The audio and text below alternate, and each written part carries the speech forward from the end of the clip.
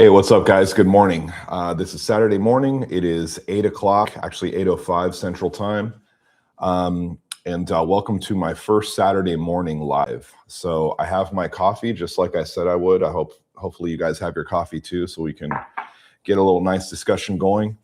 But what I wanted to cover today was my Forbidden Finance course that I've been talking to you guys about lately. So I wanted to give you guys kind of a preview of it, tell you guys what's going to be covered, and more importantly, why I created this course, because there are specific reasons that I created it that I think are really important. This is based on years of my research, my conspiratorial research that ended up evolving in different directions. And some of you guys know what those directions are. And most of you guys came in on different pathways of my research, because I haven't always been like a one-dimensional researcher.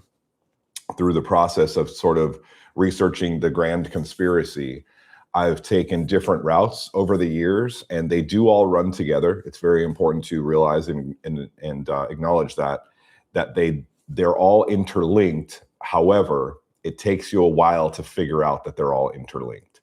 So the compromising of the money system and how it became total fiat currency controlled by central banks, that is related to the sort of occult demonic worship, Kabbalah type of cult stuff.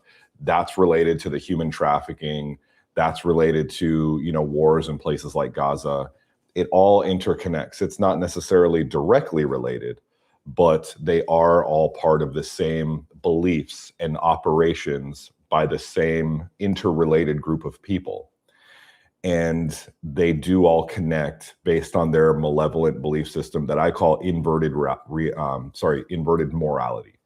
So like I talk about a lot, the way that we perceive morality, us normal people, we perceive things to be good. We perceive things to be just or right or moral, or however we would phrase it. And in the inverted morality world, which is the dominant form of morality that controls the world today, the old morality that we think of, it's expired.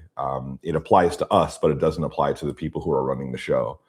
Everything is inverted for them. So evil is good and good is stupid to them. And lies are more powerful than truth. Evil is more powerful than good. Fear is a driving factor, not reward, not honor.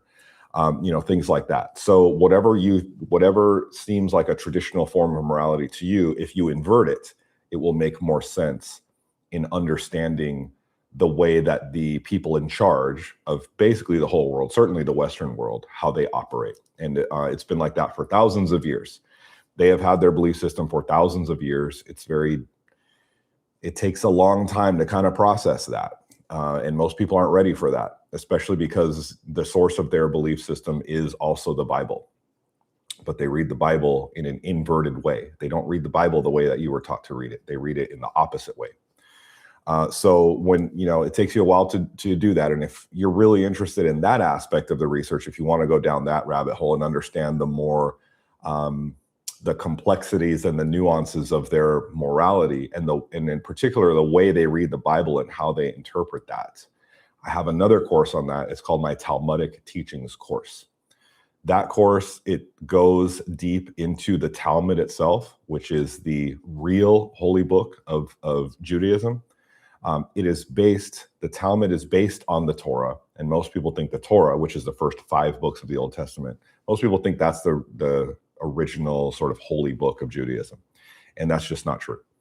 The Talmud is a very lengthy and detailed interpretation of everything in the Torah, and it's the interpretations that they actually put into effect when they make decisions, and in particularly when they decide how they're going to operate with respect to Gentiles, especially in other countries. It's the Talmud that they consult. And there's a lot of Talmudic law. There's a lot of Talmudic law in Western countries. In particular, there's quite a bit of Talmudic law in the United States, but most people don't know what Talmudic law is. They've never encountered it. They've never, heard of it. They've certainly never studied it. And I have quite a bit. So now I realize there's quite a lot of infiltration of Talmudic law into the United States legal system. And that's pretty weird. But the more accustomed you become to understanding their inverted moral code and the kind of strange rules and strange way of seeing the world that they have, the more you'll see it popping out in different aspects of American law, and particularly new laws like that Congress is passing in the last few decades and stuff. And that's pretty weird. And again, the money system is sort of, when they're taking over a civilization, the first thing that they will typically infiltrate and subvert is the money system, the economic system. They infiltrate that and they invert that. They turn it from a value-based monetary system into a debt-based monetary system. And debt is the inversion of value, right? So they invert the monetary system, and that gives them so much power. Whoever controls the money system of any nation they sit at the apex of power. And most people don't realize that. But they do. They have for thousands of years. So once they infiltrate that system, they're able to infiltrate everything else and invert everything else. So the first thing they invert is the monetary system, and then they can invert the media, or they can invert education, or they can invert religion. They can invert morality eventually. And then you end up having a situation like in the United States, where we all live in a country where we are taught to have kind of a Western morality, which is a combination of Greco-Roman philosophical tradition and Christian morality. And we think that if we abide by those rules, in particular in dealing with each other, we're going to somehow get rewarded. So we think that there's honor and there's virtues and there's justice and all this kind of stuff. And we believe, we're raised to believe, if we embody those values and those virtues, and we abide by them when we are having business deals, or when we're, engaging in trade, or when we're doing anything with friends or family or people we value, we are raised to believe that we will succeed more in society if we abide by those values. And in reality, the people who always reach the apex of power practice the inversion of those values. So they will lie and cheat and steal and manipulate and bribe and blackmail and exploit, and they get to the top, while everyone else who is not willing to break those rules because of their moral code, they stay at the bottom. And that's because they have an inverted moral code that gives them more power, because they're not bound by rules. They're not expected to play by the rules of everyone else in society. And in their community, among each other, they're rewarded and encouraged and supported in their cheating and their exploiting and extortion of everyone else. So they have a unique small group of people, and they're bound by their belief system, which is, again, inverted morality. That's the basis of it. And in their morality, in their community, it's good to rip off everyone else. It's virtuous to rip off everyone else. And it's what their God wants. Their God wants them to rip off everyone else. It's their right and it's their duty. It's the right thing to do, to lie, cheat, and steal, and misallocate funds and exploit people, and get into positions of power and then abuse that power. All these things that are part of their behavior pattern, it comes from their religion. They believe that their God wants them to do that and has ordered them to do that. And if they don't do that, they're not doing God's will. And then they encourage each other to do that, and they help each other to do that very actively. And I should say, not all of them do that, but it's definitely a very, very, very strong cultural pattern that goes back thousands of years in history. And a really extraordinary thing is when you read the accounts of civilizations that have gone through this infiltration and subversion and then extreme corruption process, which America is in the late stages of that. It's crazy because you can go back centuries and the way people describe it is the same way people are describing it now. It's wild, because even centuries ago, or even like the earliest sources that I've found in my research that talk about the same process happening from the same group of people and their same sort of like malevolent inverted belief system, and how it is fundamentally at odds with the dominant belief system, is in ancient Rome. And you start seeing this around the 1st century BC. These are the oldest sources that I've found. It doesn't mean there aren't older sources. between the 1st century BC and the 1st century AD, there are various Roman sources that are talking about how they operate and how they have an inversion of values, and how they operate in a way where they always work together and they're always plundering and exploiting, and ripping off the dominant culture, which at that time would be the Romans. And I find that to be really extraordinary, because you find quotes that are talking about how they operate that are pre-Jesus Christ, because Jesus Christ came about like exactly at the midpoint between BC and AD, right? That's what determines the birth of Jesus Christ, is what starts the AD. And AD does not stand for after death. It stands for Anno Domini, by the way. So anyway, that is the beginning of the new era, the AD phase. But you have, and that's kind of the beginning of the spiritual and moral revolt that took place in Judea, right? Against the malevolent established belief system. But it's crazy because you have Roman sources, like Roman historians and geographers and stuff like that, people in a position of power and authority in Rome, who are writing about how those people operate and their inverted morality before Jesus Christ was even born in the 100s, in the 1st century BC. So I find that to be pretty extraordinary. And then from then on, you just go forward in time throughout history, and you find other people saying the same thing, like over and over and over again. It's a pattern. This is a pattern. It's a very clear and very obvious pattern once you start recognizing that these people have inverted morality, and they apply it to other nations where they reside, especially where they're very concentrated. And wherever they concentrate, the same process happens again. They infiltrate the monetary system early on. Then once they become wealthy, they start to infiltrate the government. They start to infiltrate the media. This is very, very important. Then they eventually will infiltrate education. And once they have, because after the money system's compromised, they start to basically compromise the minds of the people. And once they're in a position to determine what most people believe and what most people think is right and think is true, then they begin inverting everyone else's morality too. And they start making people believe that right is wrong and wrong is right, and up and down, up is down and good is bad, and all that kind of stuff. So they get people to engage in this bad behavior.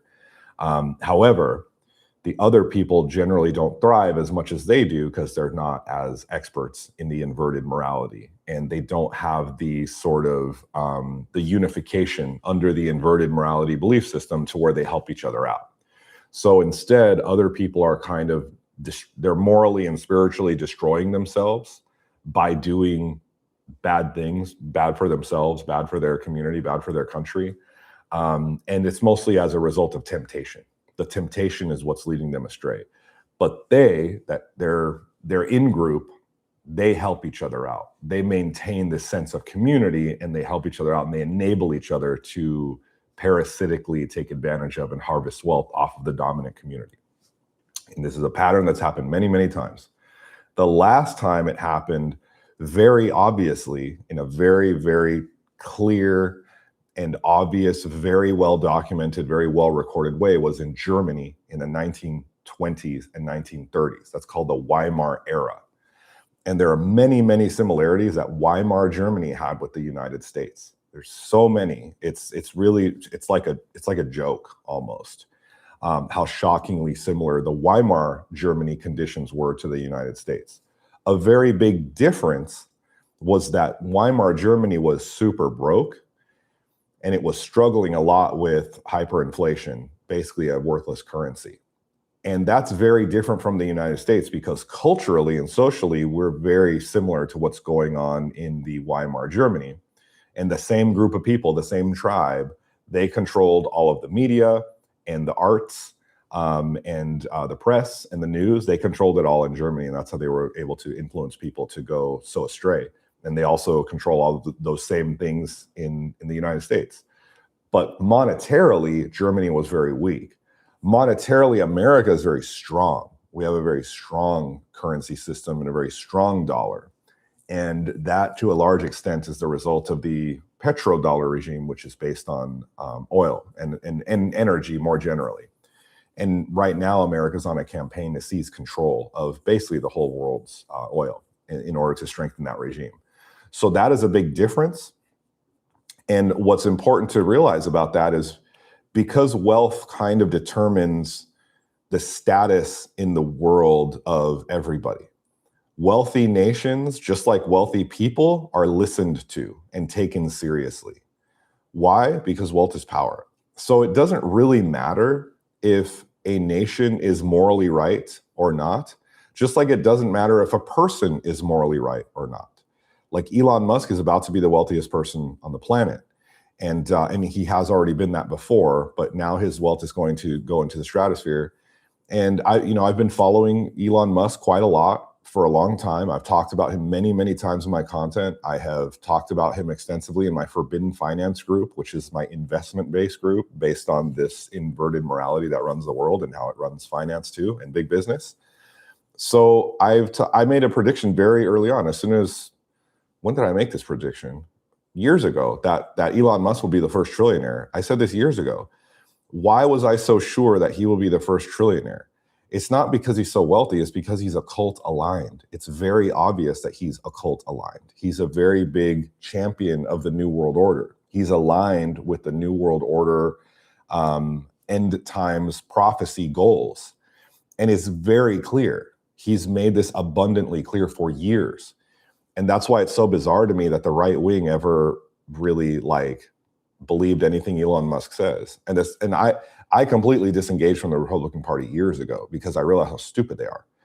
All anyone had to do, it could be someone as obviously occult aligned as Elon Musk, or it could be someone as obviously morally degenerate and culturally degenerate, like that singer Cardi B or whatever.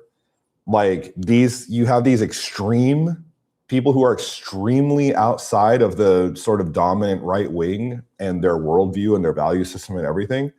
All they have to do is make a few social media posts that sound vaguely conservative, and the right wing will snap these people up because they're so desperate to have anyone cool in their ranks. And they have been for a long time.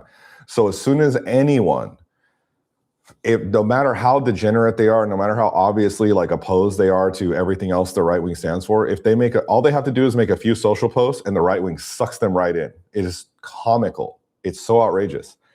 And I've been saying for years and years and years and years, I've been saying this since I was young, you should never align yourself with people in politics. Never, ever, ever. You should only align yourself with values. Values. And if people align with the same values as you, then you can work together towards common goals. But you should never identify yourself with people, and you should never associate with people, because people will inevitably disappoint you.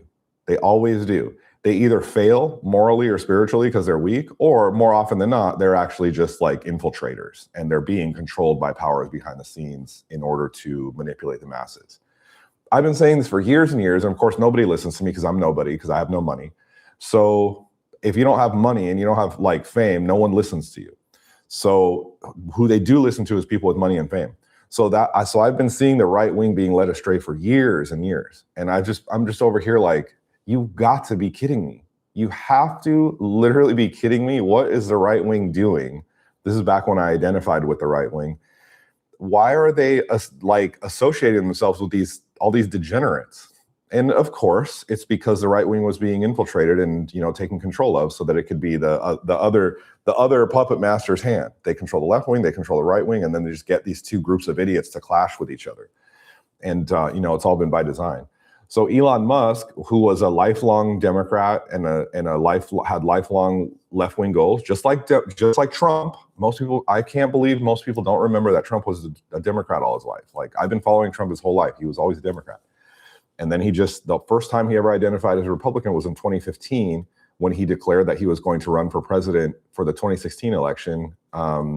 And everyone thought that he was going to run for president, but as a Democrat. And that's what everyone was expecting, because they were so accustomed to him being a Democrat. And he wasn't a hardcore lefty, loony Democrat, but he identified as a Democrat. He was registered as a Democrat, and he donated to both parties, but he leaned more Democrat. And that's how New York has been for a long time. So when he announced that he was going to be a run for president, everyone just assumed that he was going to run as a Democrat. And when he said he was going to run as a Republican, people's heads were spinning. I remember this happening. And then, it took a while for people to adjust to that. But that's, essentially what you have. The people you have running the show in the right wing are mostly former left-wing people. They're former Democrats, or at least former creations of the Democrat Party who have switched sides because the right wing is stupid and the right wing's gullible and generally uneducated. And that made them, they have good values. I think the right wing has better values than the left wing, but in terms of their ability to discern when they're being duped and manipulated, it's like they're just as hopeless as the left. They're just as hopeless. They're absolutely no better, and arguably they're worse. So now you've had this effectively a coup of the right wing by former left-wing people who all they have to do is tell people what they want to hear. All they have to do is start spouting off a few right-wing sounding things, and they're in the club. There's just say a few things that sound good to us, and they like it. It's just like Christianity. That's one thing that I think makes Christianity very weak, is that you can live an immoral life, you can live a dishonest life, you can commit crimes, you can abuse people, you can be manipulative, all these horrible things, and at any point in time, you can just casually stroll into a church and say you want to be saved, and they're going to do their little thing, and everybody will cheer you on. Everybody will think it's great. It's like you have this instant support group of people who want to see you be a Christian, and they're so desperate to see you be one of them. It's like it means so much to them to convert you and be one of their club that they don't even vet. Like, there's no vetting process to get you in their club. All you have to do is pretend to be one of them, and they suck you right in. And that's exactly how the whole right wing is. So now you've got people like Elon Musk, he's so corrupt. Like, I won't even get into all that. But anyway, he's obviously occult aligned. He has been for a very long time. And he's obviously a total degenerate and a total psychopath. But now he's about to be the wealthiest guy in the world, and he's going to help build out the AI-based New World Order, like, total control grid. He's a very chief figure in all that. He might be the main figure in all that. And now he's going to have more wealth than anyone else on the planet. And it's because he embodies inverted morality, and he also is an agent of the New World Order. And it's very obvious to anyone who takes any time at all to look into his background and look into all his business dealings. But people don't do that. And I have done that for years and years. So when you see that you have these occult aligned people who very consistently become billionaires by scamming people and robbing people and manipulating the legal system and manipulating the government, Trump is obviously one of these people as well. Trump is basically a lifelong white collar criminal who also is a fantastic, extremely charismatic, like showman type of person. And he's so convincing and so incredibly charismatic and engaging, and he says things so forcefully that he says outright lies all the time, and people believe them. And he lies so forcefully that he basically turns his lies into the truth, especially now that he's president. He can make things happen. He can tell lies and then make them the truth. And Trump he's as good at that as a black magician. And then it's thought that he is a black magician in the sort of Kabbalah world, so which makes a lot of sense. So when you realize that the people who become the most wealthy, most powerful people in our system, they're the most corrupt, they're the most dishonest, they're the biggest liars, the biggest schemers. They have like the biggest cons because their mind is not bound by limitations on what's possible, and it's also not bound by morality or rules. And then when they get into positions of power, they make the rules, or they can at least change the rules for themselves. So everyone else has to abide by a certain set of rules, but they don't. They just simply don't. In America, the United States of America embodies that more than any other country. America very, very much, and the whole world knows this. Lots of Americans are in denial about it, but the whole world knows it. That America is a pay to play legal system. If you have money, you have a different justice system that applies to you. And typically, there is no justice that applies to you at all. You can do whatever you want. And what's really crazy is this was even written about by people in Europe back in the 1800s. So right now, in particular, you see left-wing or liberal people say this, but it's true. It's not a left-wing like idea that America has a system that's bought off by the rich. It's blatantly, obviously bought off by the rich. If you're rich enough, the laws do not apply to you, period. You can get away with anything in America if you're rich enough, and you have to be connected. But if you're rich, you're connected. They go together. But people were talking about this in the 1800s. There were many observers, in particular from Europe, who were observing the United States and how the United States operated and how the wealth was being created and how the wealth was infiltrating government. And many people have been talking about this for literally well over a century, saying America is a pay-to-play legal system. They don't actually have values. They don't actually have laws. They don't follow, the code of law there is not consistent. It's based on how much money you have. So our entire lives, every single person watching this, our whole lives, America has been a pay-to-play legal system where the richer you are, the more crime you can get away with. And if you're so rich, you can get away with anything, drug trafficking, human trafficking, arms trafficking, the most diabolical things you can imagine in the United States. They're very often actually being run in partnership with the government as various types of black ops and CIA operations and all this kind of stuff. Or they're just so plugged into people of power that they can get pardons. And I don't believe that there's anybody who's given as many pardons to obvious financial criminals than Trump. Trump is just like, there's thousands of people he's just checking off. He's just handing out pardons to basically everyone who's a successful financial white-collar criminal. It's crazy. And most of them are part of that same religion that are associated with Israel. He's given so many pardons to them, it's wild. And nobody pays any attention to this. So you realize that in our system, in the United States, we have an inverted moral system where if you're bad, you get elevated. If you're good, you get suppressed because we have to follow the rules. The laws are in place for us, the goyim, the dumb, lowly, tax-paying, humble people who believe that right is right and wrong is wrong. We have this system in place to suppress us and hold us down. And it is also reinforced by our education system, and it's reinforced by religious rules, in particular evangelical Christianity, which is kind of the Protestant Christianity is kind of the dominant goyim moral code in the United States.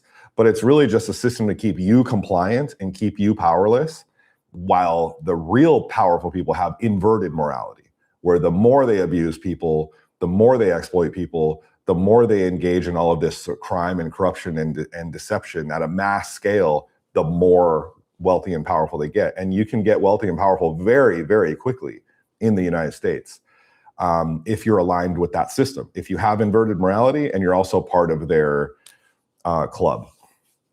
So very recently, there was a story, and I covered this in my Forbidden Finance group as well. It's a really, really good case study, where there was several dozen people who were major white-collar criminals who were involved in this huge nationwide, actually international insider trading scheme.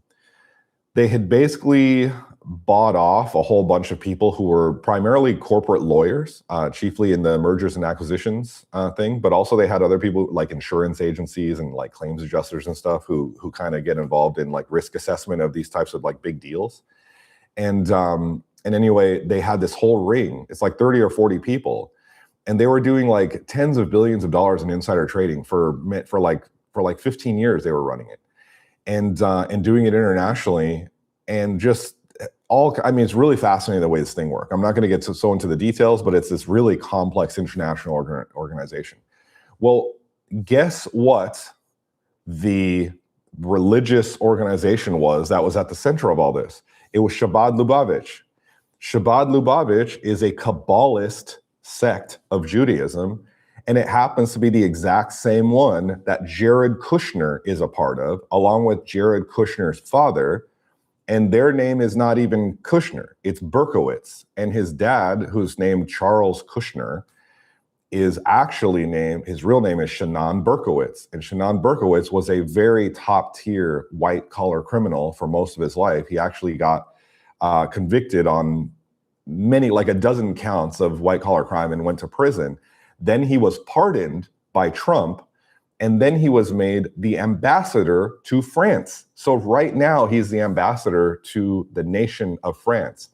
And he has written articles in the Wall Street Journal. He has spoken at colleges. He's getting all the treatment of a respectable, wealthy, successful person that's high up in the apex of United States power.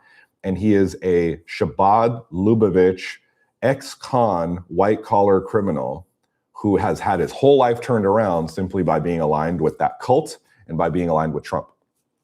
And now this new insider trading scheme, basically everybody was also involved in Shabbat Lubavitch. So when you start to realize all these connections that take place behind the scenes, you realize there basically are no laws in the United States. There is only wealth and inverted morality. An inverted morality gets you wealth.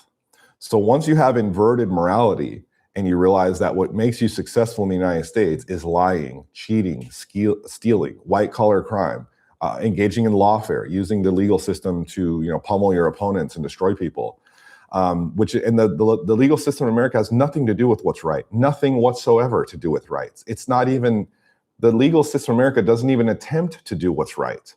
It attempts to do what's procedurally according to the legal code. And that has nothing to do with what's morally right or wrong whatsoever. So people can routinely pummel their opponents to death. And Trump is a master at this. Trump has for most of his career been extremely aggressive in engaging in lawfare. And it's really exceptional how Trump has managed to play the victim in lawfare so skillfully when his whole career he has engaged in lawfare to destroy either his rivals or destroy various subcontractors or business partners that he didn't want to pay or didn't want to deal with or just wanted to get rid of. He's a master. He's general level at lawfare.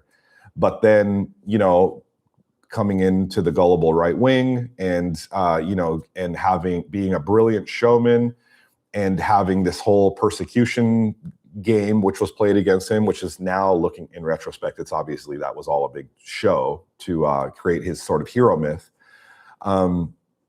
He now has the whole world convinced that he was a victim of lawfare rather than one of the oldest, most successful and skillful perpetrators of lawfare. So the more you study this, the more you realize that being good or being virtuous or being like operating on the truth or whatever, it doesn't get you anywhere in the United States, but punished, because the United States is a Judeo-Masonic nation. It's a Judeo-Masonic creation, and the Judeo-Masonic moral code is inverted. Evil is good. Lies are more powerful than truth. Evil is more powerful than good.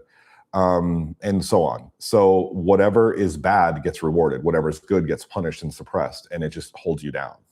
Now, I'm not advocating that you guys go and be bad, because I don't do that, and I don't want to do that. I can't live that way because, well, I just can't. Like, I morally can't. But obviously, there's probably spiritual consequences for doing all that.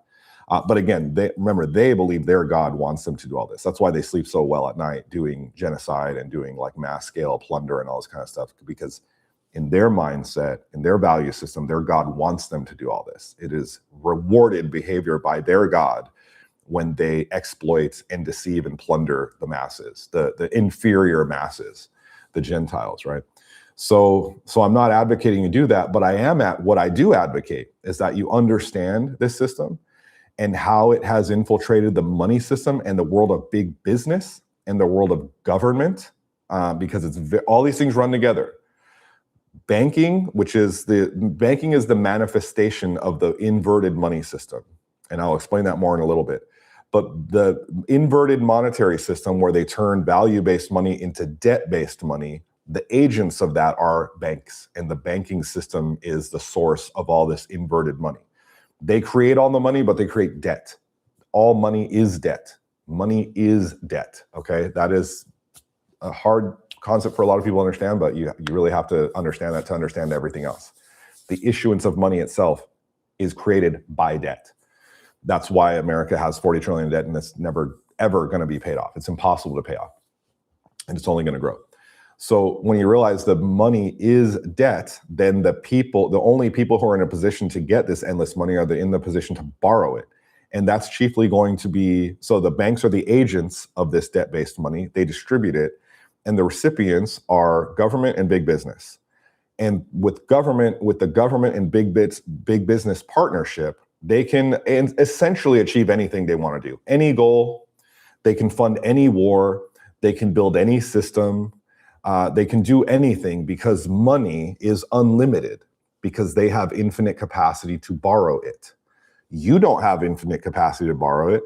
I don't have infinite capacity to borrow it, but those power structures do. And whenever they need more money, they just conjure it up. They pretend like it's, like there's checks and balances. They pretend like there's some responsible lending. They pretend to manipulate, the interest rate or whatever. They're like, oh, it has to go up a quarter point because we've got some really strong employment numbers coming in, and inflation went up by 0.3% year over year. And it's all bullshit. It's all bullshit just to confuse you. What they're doing is printing endless money and funding their priorities. And their priorities, more than anything else, is what they call national security. But national security is really just building out a global, violent, surveillance-based power structure to keep them at the apex of power and suppress and ultimately violently eliminate anybody who challenges it.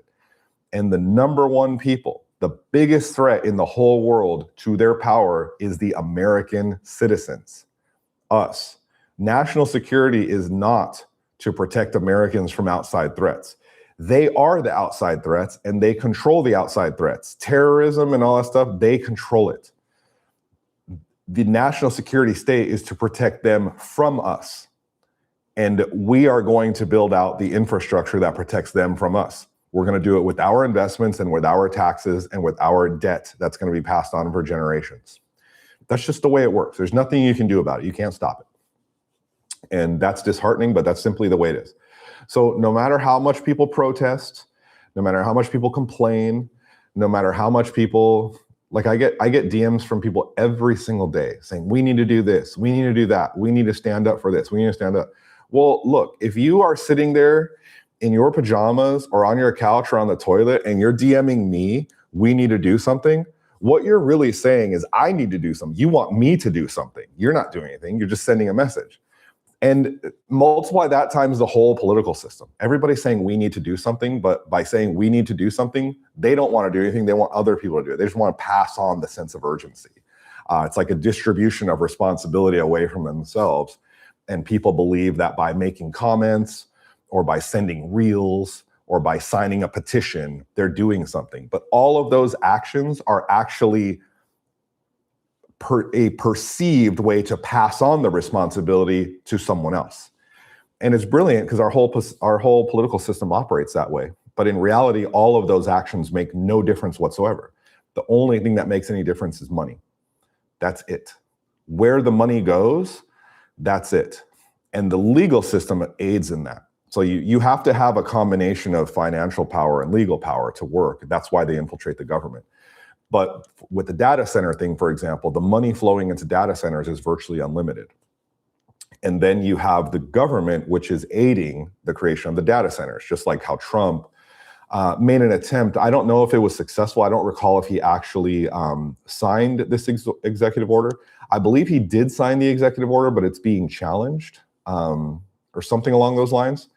Or he might have signed an executive order and he was encouraging an act of Congress. I don't remember the details, but it was basically a move to get the federal government to pass laws prohibiting any states from inhibiting any portion of the AI data center build out.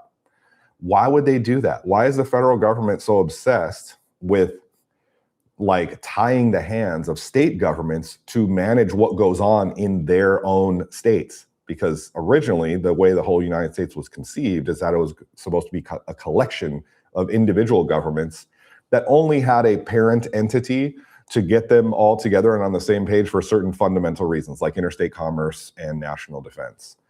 But very loose and at a bare minimum. For the most part, the vast majority of administration and laws and all that kind of stuff was supposed to be handled by the states. And over time, way more power has been taken away from states, and way more power has been concentrated in the federal government, which started out as this small sort of agent. It was always the federal government was always supposed to be an agent of the will of the states, not the boss of the states. Now it's very much the boss, obviously.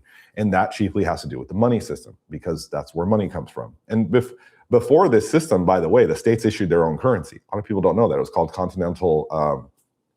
colonial scrip. And colonial scrip, this is like pre-Constitution days. The states actually issued their own money, and it was paper money, and it worked quite well for a while. Most people don't know that. So anyway, once you have that agent government, then you have a growth of power. That still didn't take away the state's ability to decide most things for themselves. But what really did was when you have the establishment of the Federal Reserve.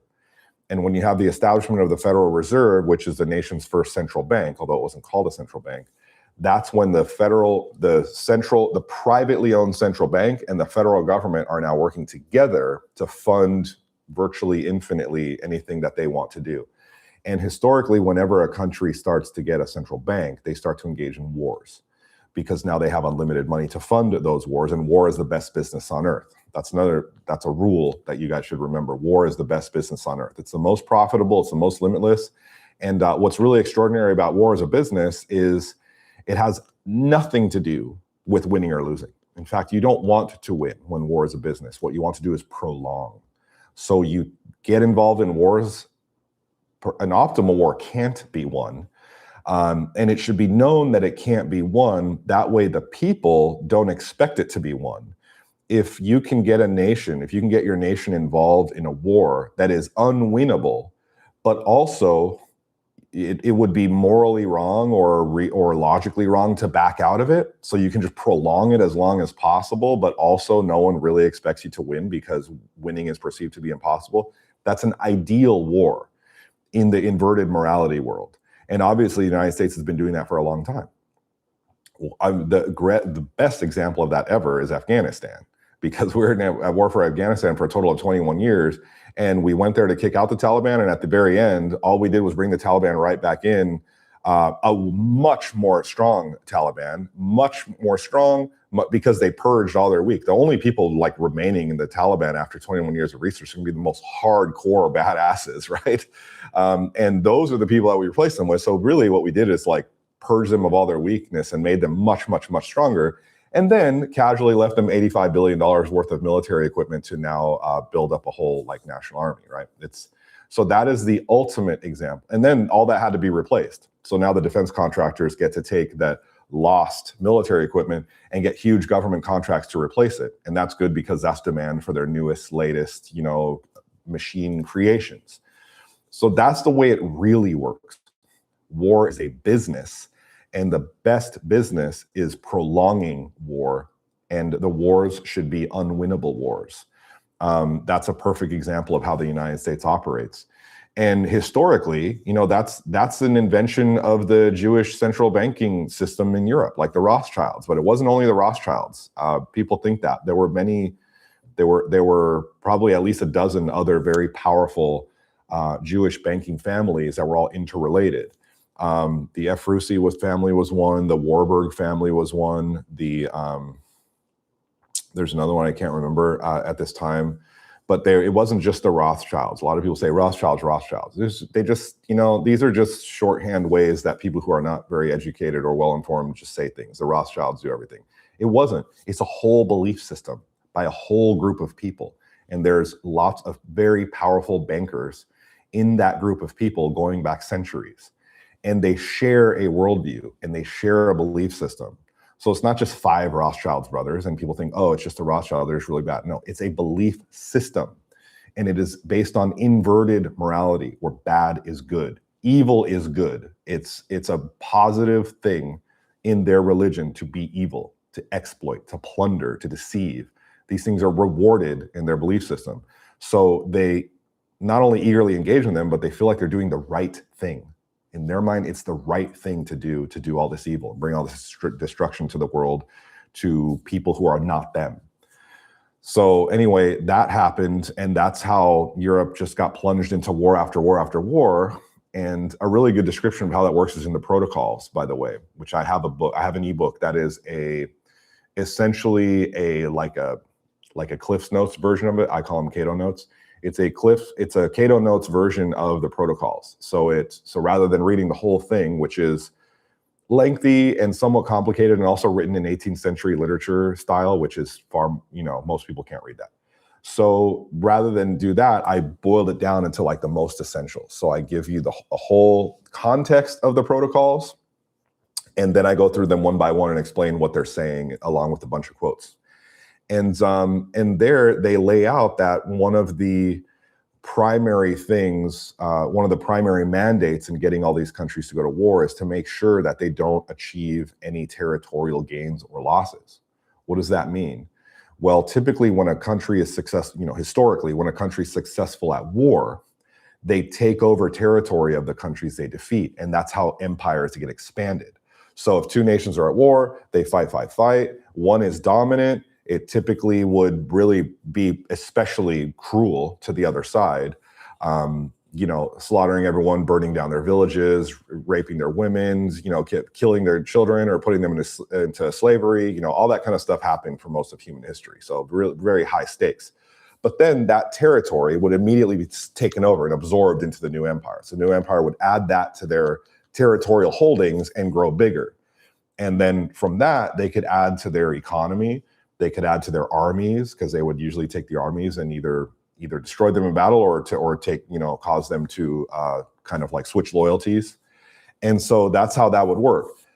With this new Rothschild style of managing wars on the continent, which are all Gentile wars, right? They're always taking Gentiles and putting them into war against each other so that they die. But no matter who dies on either side, it's good when Gentiles die for them, because it's, they don't value our lives. But they wanted to make sure that when these nations came into conflict, neither one would gain or lose territory. Why? Because they wanted to have a balance. They wanted to keep the map looking the way it was for the most part, without any big growth in empires and stuff, because all these countries were customers, individual customers, where they had them captured by the central banking scheme. So if they could keep them the same size and shape and borders that they were, that's very manageable, because you can keep provoking these dumb people into wars against each other. You can just make up stuff like, oh, the Protestants hate the Catholics, or, oh, there's this horrible persecution of this ethnic group on the border, or whatever. Because they control the media too. They controlled it way back since the 1700s. So by controlling that, they could, stir people up and get people all agitated and get them to go to wars. But the wars would be expensive. The wars would plunge both sides into debt, and they could essentially decide who won the war and when the war was over by either giving more funding or withdrawing funding. But at the end, when all the dust settles, both nations would be weaker and more in debt, but neither one would really have accomplished anything. They wouldn't have changed. And then they could let a new generation grow. And by the time that generation, the soldiers come home, the ones that are left, they impregnate their women and they have a few kids. And now those kids grow up and now they're 16, 17, 18. Well, they can start another war and do another human life harvest and wealth harvest. But, they could do that every generation, essentially, without ever changing the way that the board game looks, right? So it was important for them to maintain a balance in the way the map looked without there being big increases or losses in territory. And for the most part, that did stay the case in Europe for a long time, for at least a century. So that same mindset, those same people were able to cross the Atlantic and infiltrate and subvert the monetary system of the United States. And at that time, most of the people who were in the United States were essentially refugees from Europe.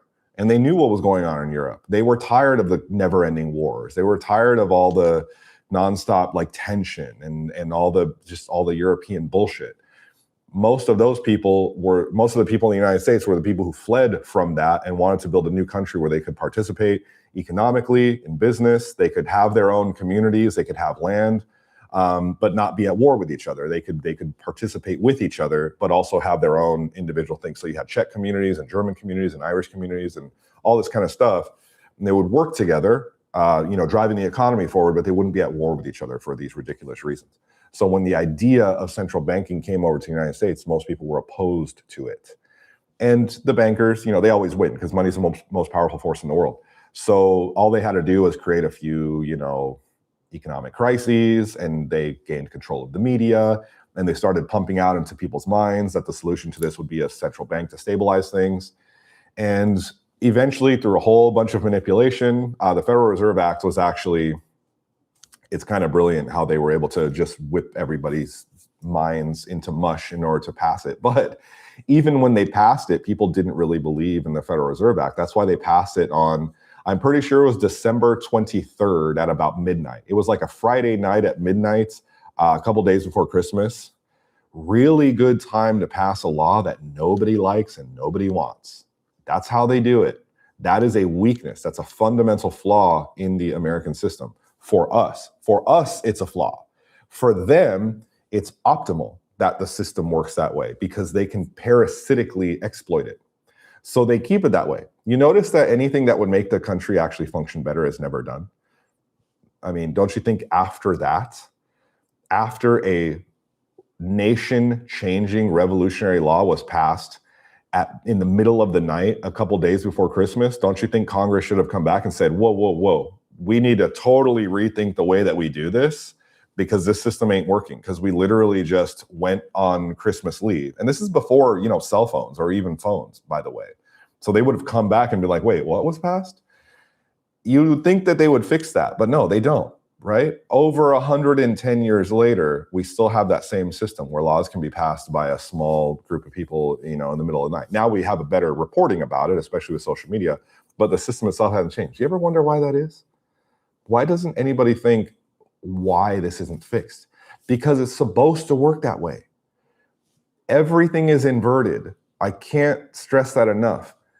The way the system works, its failures are written into the code because we're not supposed to understand it. The failures of the American political and legal system are for rich and powerful people to exploit them. They're there for a reason.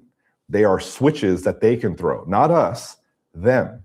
So that's why we have a system that appears to be a representative democracy, or AKA a republic. It looks that way, and we think it's that way. And when we read the rules, it definitely should operate that way. Like we read the Constitution, we're like, it says right, all this stuff sounds pretty good. But then in practice, it doesn't work that way. Because there's all these loopholes and all these procedures and all these ways to get around it that only the power-connected elite understand. So they understand inverted morality, and they understand it's the true reigning moral code of the United States, and it always has been. And they understand all the ways of manipulating the masses. They understand all the loopholes in the laws. They understand all the procedure. They understand lawfare. And when needed, I don't even think bribery and blackmail and assassination and stuff like that is really needed in the United States very much, because we already have a system that's so easy to compromise using procedural and financial means. So why do you need to go and be violent? Why do you need to kill people? Why do you need to waste money on large scale like corruption, bribery? Bribery is for third world countries.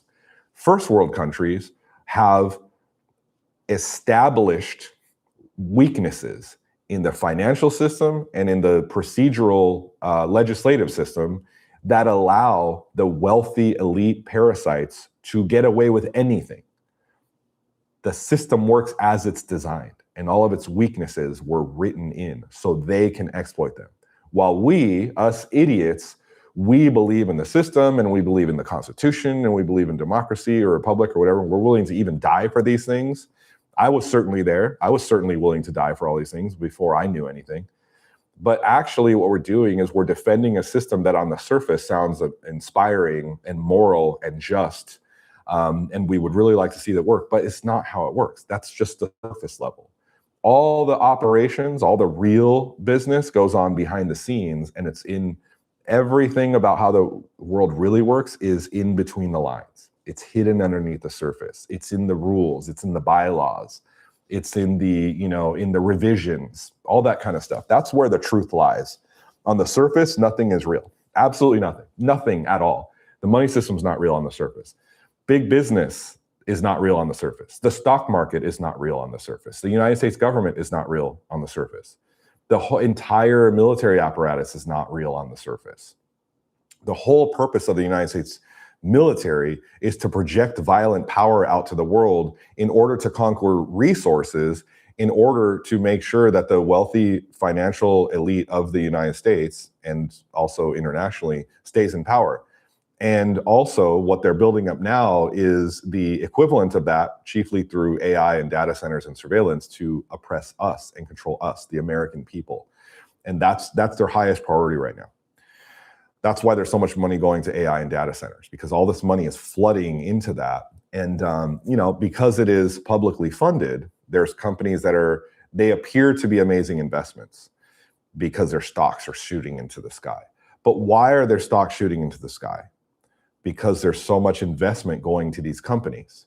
So the money flowing into these companies makes investors think, oh, there's so much money flowing into that company, it must be a great company. So I'm going to buy that stock and I'm going to watch it go up, and then I'm going to hold it or sell it, but I'm going to become wealthy. But the money is either coming from these companies transferring it to each other or from huge government contracts. And the government, you guys think government spends taxpayer funds. That's another myth. That's inverted. They don't spend taxpayer funds. They borrow it from the Federal Reserve, which prints this money and creates out of nothing. What we pay, our taxes go to pay the interest on that debt. So they're not spending taxpayer funds. They're conjuring money out of nothing to achieve all of their political and strategic goals. All we have to do is pay the credit card interest on this limitless credit card. So when we say, oh, we shouldn't have our taxpayer funds funding all these data centers, well, they're not. Your taxpayer funds aren't funding the data centers. The government is doing whatever the hell it wants, and they're leaving you holding the bag with interest, but the debt's never being paid. I'm sure you guys have debts where maybe it's a credit card debt and you've made the minimum payment, or maybe you've had an auto note, like you've paid it for 2 years and you go look and your principal is basically the same. It's because interest is always front loaded. You pay the interest. This is all stuff that's been conjured up by these wicked financial geniuses who enslaved the whole population. They design every system to parasitically harvest wealth and energy from you and leave you with as little as possible. That's how the system works. It's designed to work that way. So that's why you can make a credit card minimum credit card payment and your balance actually grows. You can make the minimum credit card payment. You can even make quite a bit more than the minimum credit card payment. And when you check your balance after a year or two, your balance will be bigger. And a lot of people, particularly young people, they're the ones who are most caught off guard by that. But a lot of people, even who are older and successful and make good money, they'll buy a car and make 5 years of payments on the car. Or they'll have a loan that's a 5 or 6 year, like a 60 or 72 month loan. Now there's 84-month loans, and they're going to be even longer than that pretty soon because no one can afford cars.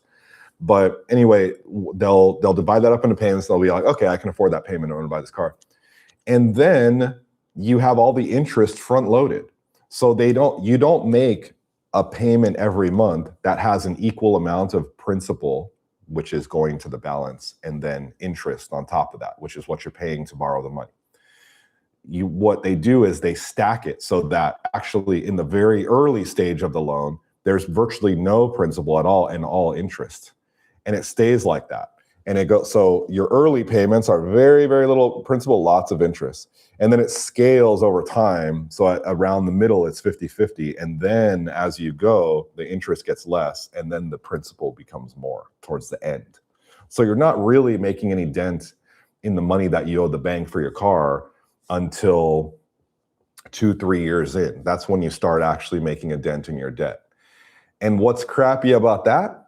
Your car is already used. It's already lost tremendous amounts of value and depreciation. It's already kind of like beat up, and it's already worth way less than what you owe. That's how people get buried in debt. Everything works this way. The whole financial system works this way. Absolutely nothing about the financial system is designed to help you. It's all designed to help banks and the wealthy elite who own the banks. And chiefly, they own it through the stock market. And the stock market is just a way to harvest wealth from the masses and transfer it to the elite. Okay? It's staggering how few people understand this. It is a wealth transfer system to take money from the poor and working classes and middle classes and transfer it to the rich. It's very obvious that it works that way. And you have all these people defending capitalism. They don't even know what capitalism is a wealth transfer scheme.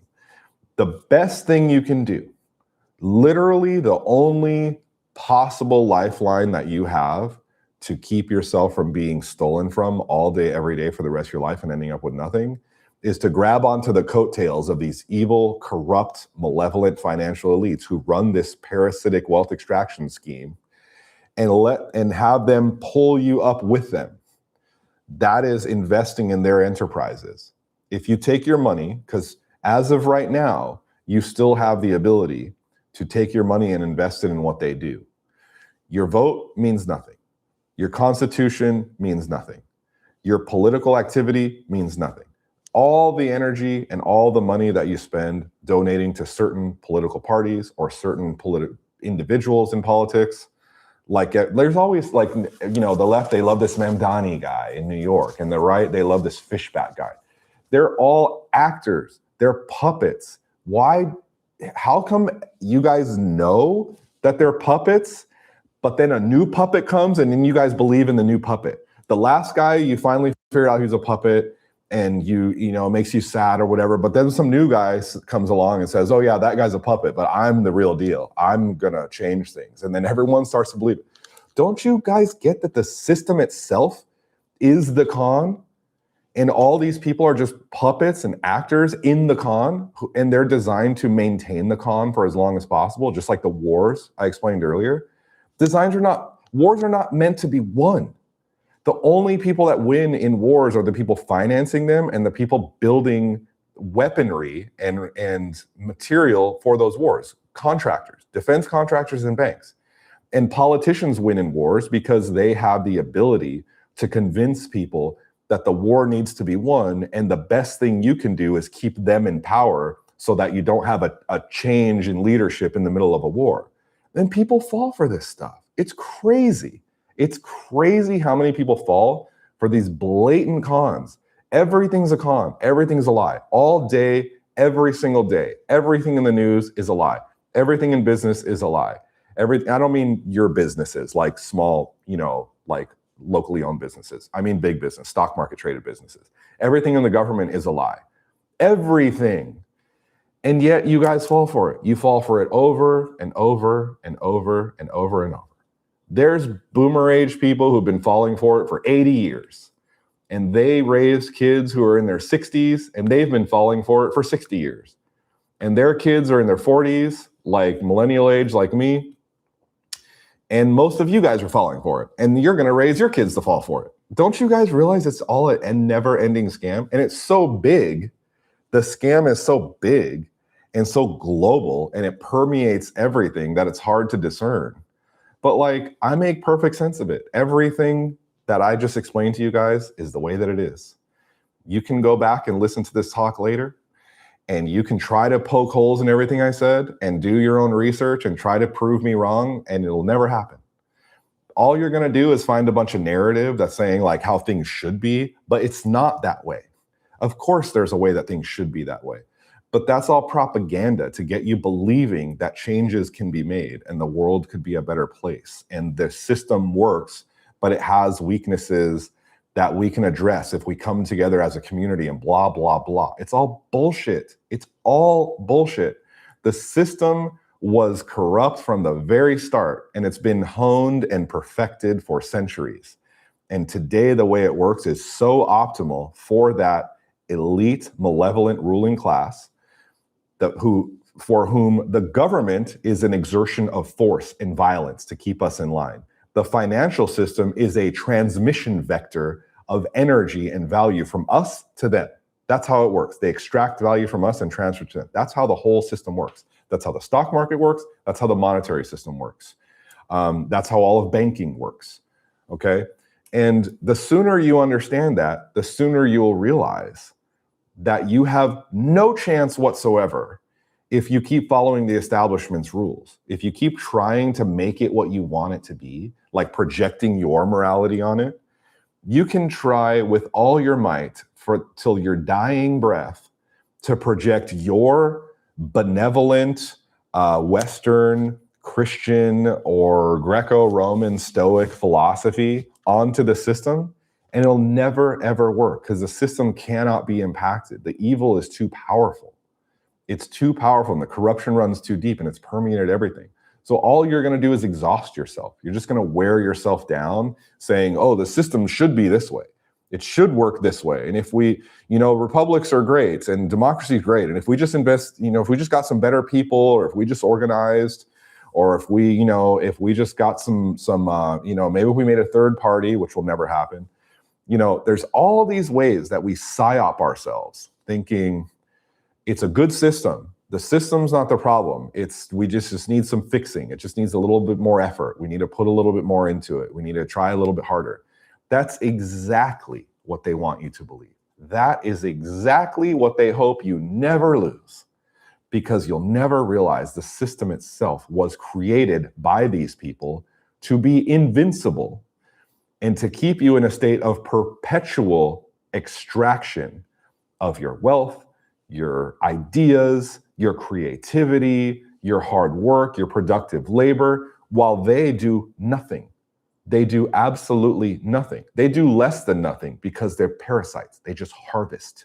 They suck out of the system and concentrate all that wealth for themselves while doing less than nothing. It's designed to work that way. And they know all the hacks, they know all the codes, they know all the loopholes, and they have their whole gang. They have all their insiders all working together, so they help each other out and evade responsibility, evade capture, evade justice. And when all else fails, they just run to Israel. You guys already know that. So it's such a brilliant system because it has people so locked in to thinking that it's a good system.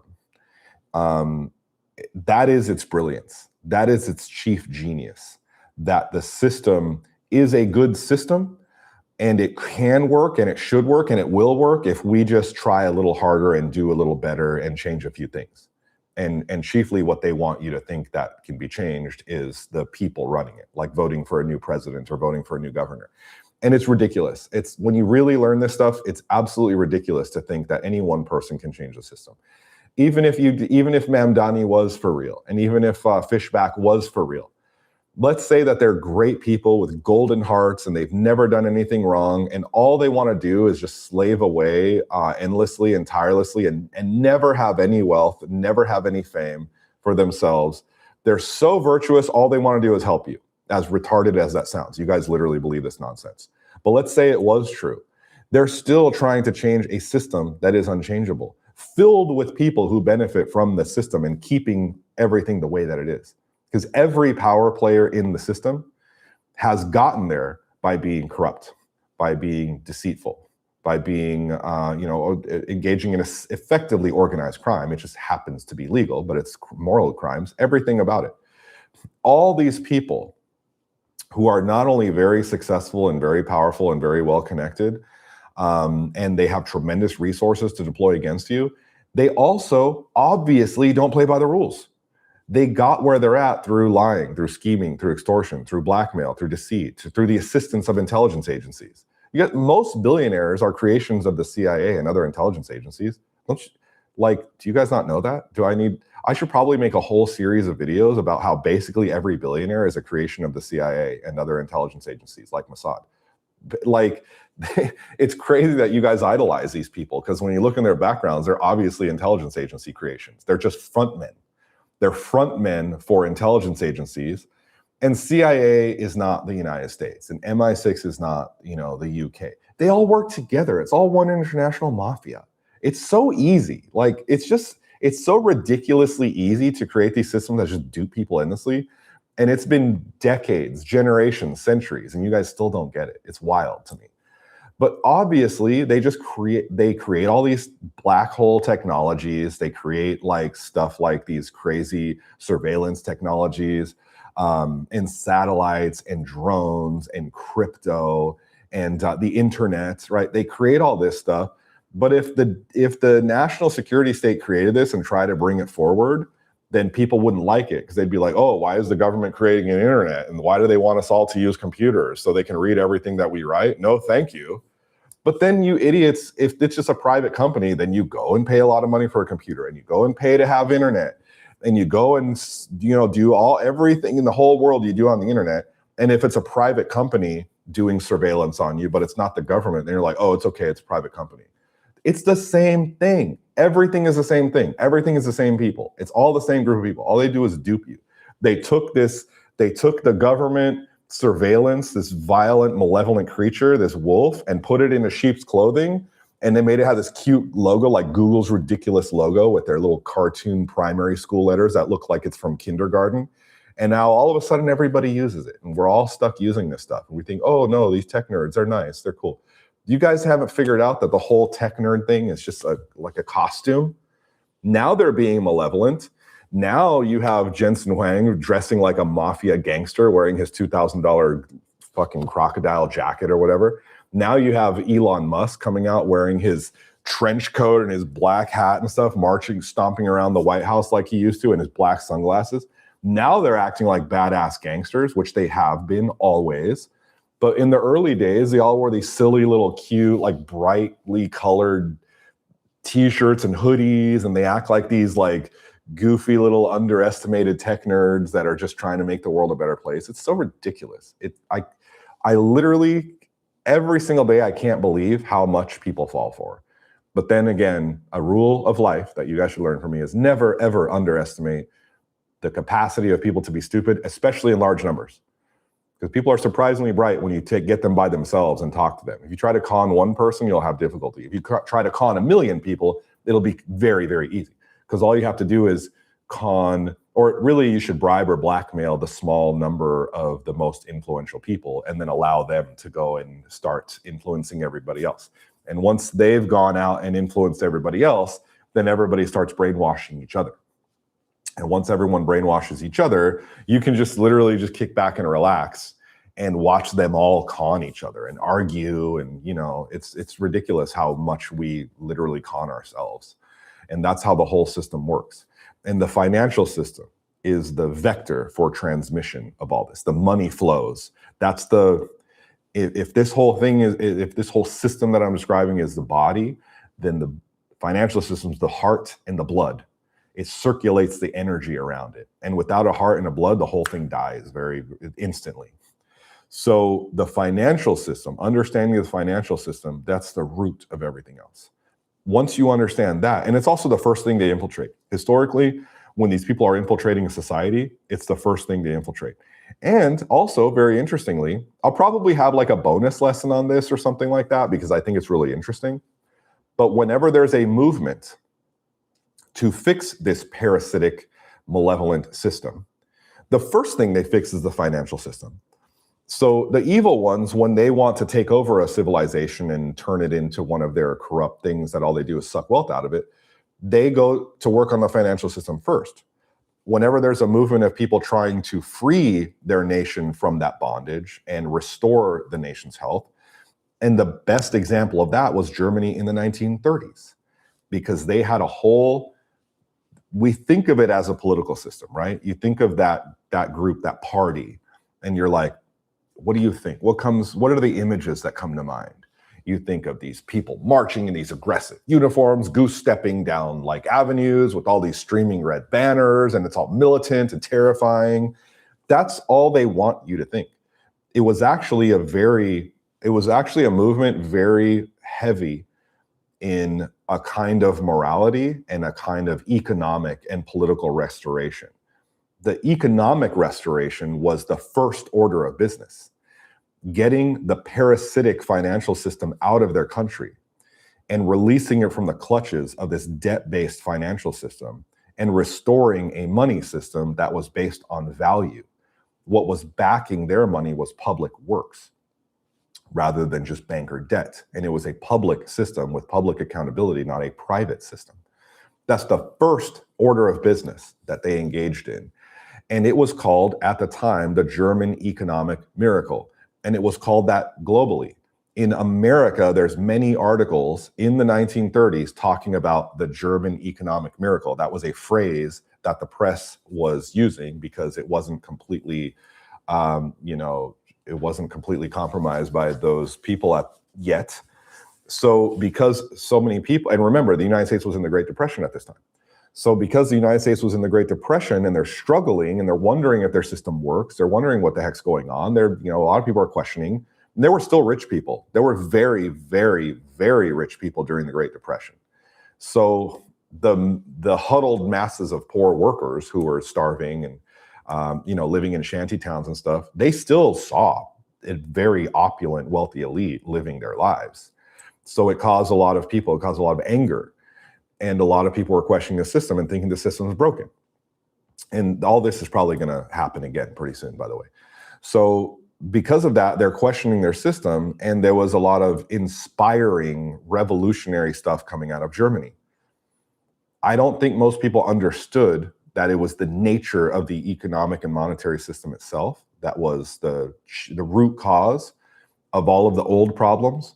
And that flipping that around, flipping it back into a value-based monetary system was what immediately set everything else on a better course of motion. But what people did know is that there was the German economic miracle. Everyone knew that Germany had turned itself around in less than 5 years. Everybody was well aware of that.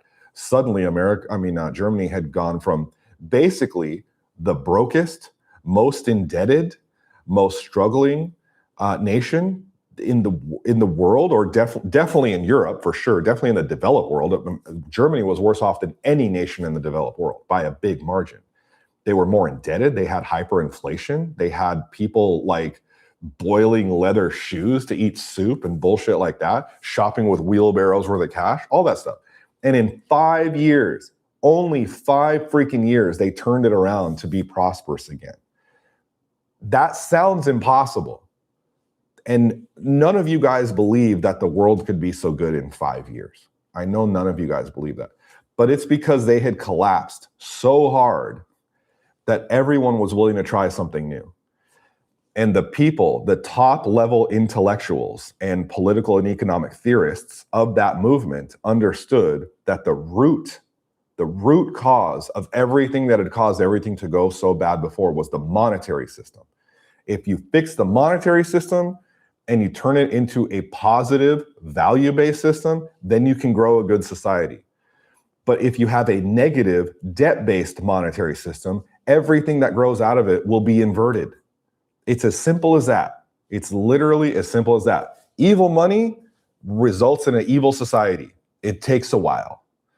And evil money always infiltrates healthy societies. So you have these great, powerful, noble societies with really hardworking people, and they're educated and they're hardy and they're resourceful and they built themselves up like Americans, throughout the 1800s. America was quite an inspiring country for a while. There's a lot of things that people say, oh, the genocide of the Indians and the wars against, Mexico. And I said, okay, whatever. They're conquering people. They're going to do what conquering people do.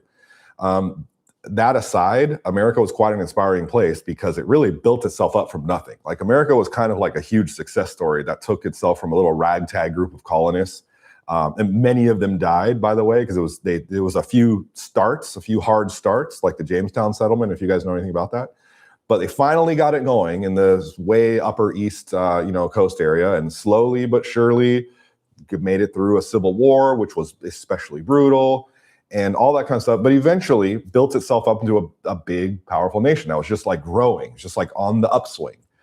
And once it's really going, that's when you have the parasitic banking elite from Europe with its inverted morality and its inverted monetary system. That's when they come in and start to poison things. There's like parasites that are just sucked to a healthy animal and they want to suck its blood. But in time, the parasites become the apex predators of this system. And that's what we're experiencing today. Germany had experienced that before. They had simply gone through this process a lot sooner and they collapsed a lot sooner. And of course, there was the World War, which at the time was called the Great War. Nobody called it the World War at the time. The Great War was World War I. And Germany was extraordinarily clobbered during that time, internally and externally, and yet they still didn't lose. That's another crazy thing people don't know.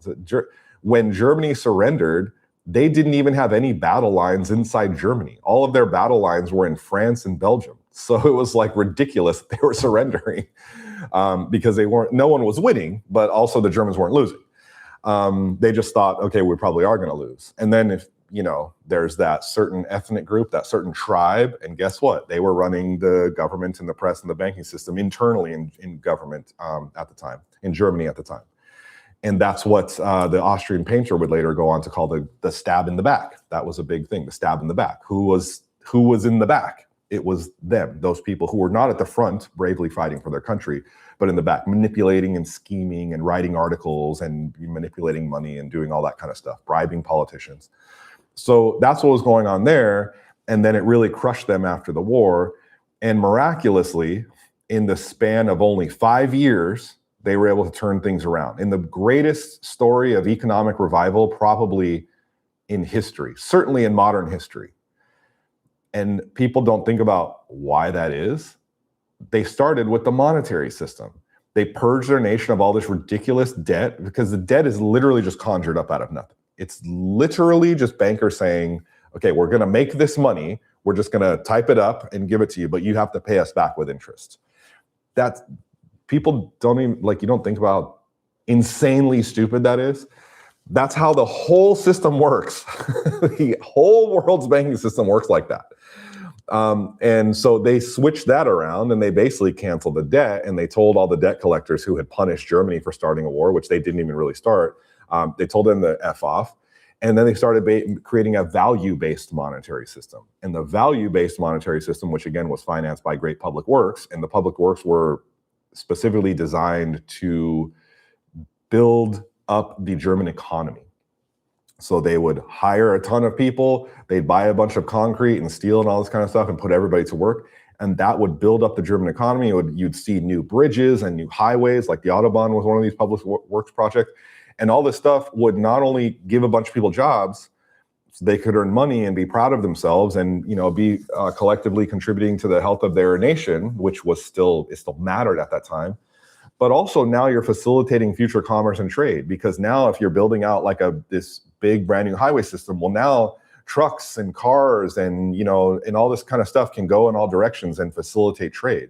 So you can boost the business, you can boost the economic activity of your country by investing in the infrastructure. But the money was backed by the infrastructure. So it was value-based, because value was being created and the money was being spent on that. That's how they created it. Not through debt, through financing public works. It's a brilliant system. And no one wants you to know about this system because it would be good for society. And remember, inverted morality, everything's inverted. So if it's good for society, they'll never do it. And they don't want you to know about it. They don't want anybody to ever get any ideas that we can ever do anything good for society, because the parasites always want to harvest wealth and ideas and energy.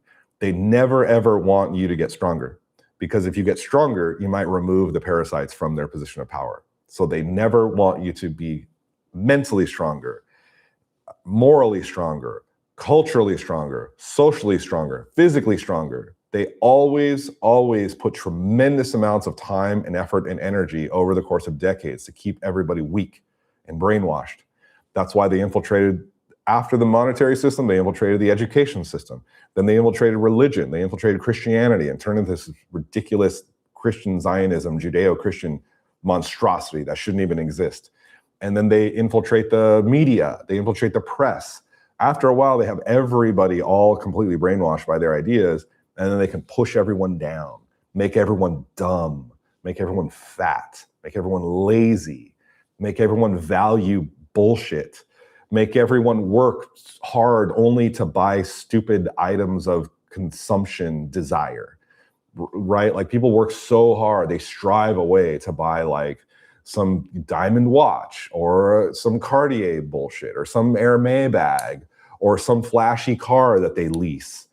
That's what people are so driven to get, but they're not so driven to buy a farm, a homestead, livestock, a big family, create a multi-generational thing. That's not what drives people once their minds have been fried by this system, because the parasites come in and infiltrate all these systems. They convince everybody to do only things that will make them weaker. And America is at the apex of this weakness programming. We're fat, lazy, dumb. All we care about is consumption. We don't agree on anything. There's no unity on anything. We don't have a language. We don't have a shared national language. We don't have a shared national culture. We don't have a shared national religion. We don't have a shared national race. We don't even have a shared national territory. America's not even a real country. It's an empire of parasites. It's a parasitically led empire. And now that parasitically led empire has conquered America and is using America as a tool to conquer the rest of the world. And eventually they're going to build the new world order, and then they're going to transfer all that wealth and all that power into the greater Israel, which they're building now. And that's the new world order. So anyway, that is clearly what's happening right now. Once you understand it, once you see that process, it's obvious. It's plain as day. You can see it happen everywhere. Like, duh, just wake up. But your only hope, the only hope you have of hanging on to some value in that process, well, I shouldn't say your only hope, but I should say your best hope, is to clutch on to their coattails as they print all this endless money and drive up the value of their companies and their investment. And you still have an opportunity to invest in some of these companies. And yes, the companies are generally evil companies, and they're building out things that will be used for evil. Of course they are. Of course they are. Because the people are evil and the money itself is evil. What do you think they're going to invest in? Schools to help you become smarter and figure out what criminals they are? Obviously, they're going to fund their own priorities, which are always going to be bad for us. The only thing that you can do is try to invest in some of all their bullshit malevolent schemes and boost the value of your investments, and then take the increased value of those investments and reinvest it in something that's actually going to help you and your family and maybe your community if you decide to spread your wealth that far. That's really your only hope. Because if you don't do it, if you're like, oh, I'm not going to do that because I have morals and whatever. Okay, fine, have your morals. Morals are expensive. So it's going to cost you all the money you could be making, and all the money you do make is going to be drained away through inflation. So already 10 years ago, you're probably making double what you were making 10 years ago, but I doubt your lifestyle has gotten better. In fact, there's a pretty good chance you can't even afford what you were routinely buying 10 years ago. Project out another 10 years. It's only going to get worse. It might, rather than cutting in half, it might be cut by a quarter, the value of your money. And there's nothing you can do about that. There's absolutely nothing you can do about that, the draining away of the value of your money. All you can do is take the money while you have it, and you can make more. And I definitely encourage all of you guys to find every way you can to make more, hopefully ways that are virtuous. But take that and then invest it in things that will either protect you from this wealth harvest, like precious metals, which they're not fundamentally wrong. Like I own a lot of precious metals. That's kind of like the main place I like to invest. And then you can hopefully, with the inflation, those investments will rise, or you can put it actually in their companies. You can invest it in AI companies. You can invest it in data center companies. You can invest it in tech, like drone tech companies, defense companies, all that kind of stuff. Because of course, they're just going to keep getting more and more money from the government. Obviously, I'm sure you guys have heard that Trump wants to increase the defense budget to, for sure, over $1 trillion, but I want to say he recently said it should be 1.5 trillion. So for sure it's going to go over $1 trillion. It's already almost there. But I'm pretty sure Trump recently made a statement that said it should be more like 1.5 trillion. And then I made a video the other day talking about how in Section 224 of the 2027 National Defense Authorization Act, which is a congressional act, and they do it every year, they want to merge the military-industrial complex of Israel with that of the United States. And obviously the vast majority of wealth and power comes from the United States side. Well, they want to merge these, and that will be more of a direct conduit of all this money that will be spent on defense. So if the United States is going to go from 1.5 trillion on defense, from 1 trillion on defense to 1.5 trillion, we're going to increase our defense budget by 50%. And now they're going to have all this new money to spread around to all these companies. Obviously, that money is going to be spent on AI companies, tech companies, and defense companies. So don't you think you should invest in those companies? knowing there's going to be this influx of newly printed cash that ends up devaluing your money, and the only thing that goes up in value is the stocks of these companies, then shouldn't you take your devaluing currency and put it in stocks of those companies? Isn't that the obvious thing to do? The only thing keeping you from doing that, once you realize how obvious that is saying that you have a sense of morality or ethics. And if you maintain your sense of morality and ethics, and I know this because I did for most of my life, and I watched many good investments get away from me that I knew would be good, because I know the nature of this system, but I told myself, I can't personally do that. After doing that, all that, I realized that eventually I'm going to be completely broke. And all I'm going to do to make myself feel better is say, well, I never sold out. I held on to my principles. While I'm this grubby, old, broken, homeless person wandering around the streets, probably still super smart, but no one will listen to me because I'm broke. And in America, no one listens to anyone who's broke, and everyone listens to everybody who's rich, no matter how stupid what they say is. I can wander around being, freezing under bridges and say, well, I never sold out and I'm a good person. While nobody listens, nobody's around to support me, nobody is around to help me, I can't help anyone. No one wants to hear what I have to say, because the only thing I have left after that process has drained me of all my wealth and creativity and vitality and life force, is that I'm a good person. And that is, it sounds like something an insane person would do. Wandering around the streets, muttering, being homeless, saying, I'm a good person, I'm a good person. That sounds insane. Well, I woke up and I realized that all this stuff's going to happen no matter what. Whether you like it or not, whether you fund it or not, your money is going to go into building this diabolical new world order global surveillance grid system that will eventually be weaponized and turned against the people. If you have money in pension funds, which you probably do, if you have money in mutual funds, which you probably do, if you have money in index funds, which you probably do, all your money is going to those companies anyway. You're already funding them. You're just not benefiting very much. And if you pay taxes in the United States, then you're actually, just even if you're a United States citizen, you don't even have to pay taxes, because again, the government prints its money and only charges you to pay for the interest on that money. They don't pay down the principal. They only pay off the interest, and the principal keeps growing. So no matter what you do, that debt is being piled on you as a citizen. Every American citizen, we are the collateral for that debt. What do you think is the collateral? You think these bankers, you think these Jew bankers are just going to give money for nothing to the United States? They have collateral. The collateral is us. We are the collateral. You and me, our future, literally the future of our labor, that's the collateral. And as long as we exist, all we have to do is exist. And as long as we exist, our money is going to be, our value as human beings is going to be turned into debt. And that debt is going to fund these projects that you don't like and don't want, like the AI data center build out. And the only thing you can do is tell yourself that you don't like it and that you're not going to be a part of it. And you're still a part of it. You're a part of it anyway, whether you like it or not. You're just not benefiting from it. So that is why that's why I started my whole Forbidden Finance group, because I realized this is going to happen whether you like it or not. The only thing you can do is try to parasite back, because parasites rule the system and now they've become the apex predator. So the best thing you can do is become a parasite on what is now a predator. And you can harvest a little bit of your wealth back from them because you have the opportunity to do that. Now, eventually everything's going to be private equity.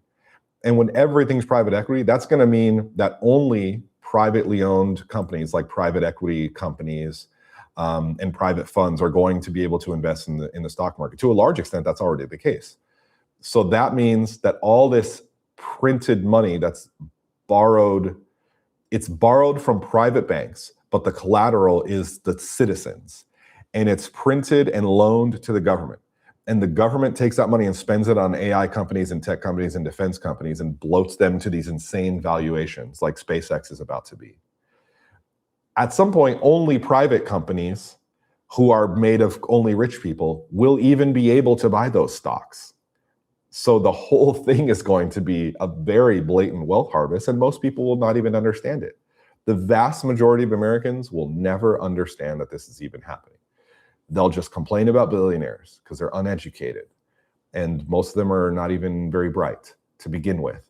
And a lot of the ones that are bright are just propagandized. They're not even going to understand how sophisticated the system is and how brilliant it is at stealing from you. So when you do understand it, you have to realize you have only a few little escape hatches from this system.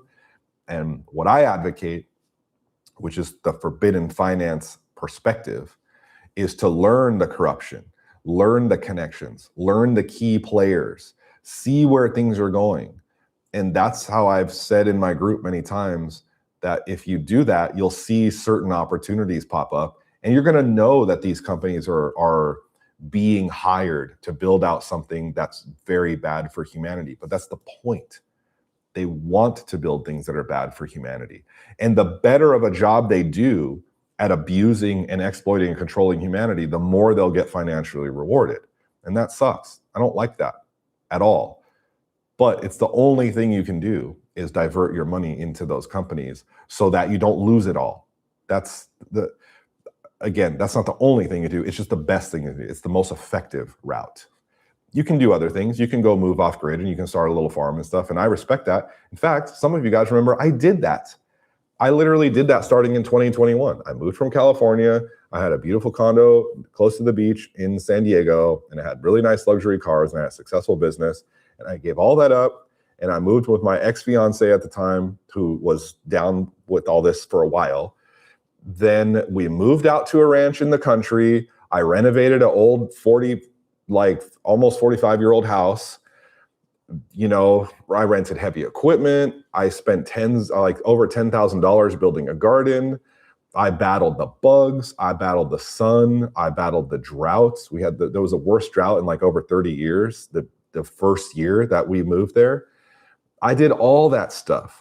And the whole thing ended up failing because it's way too much for one person or even two people, especially when they're not fully committed and they're not like skilled at that. If you grew up out there and that's your whole life and you have a support structure, maybe.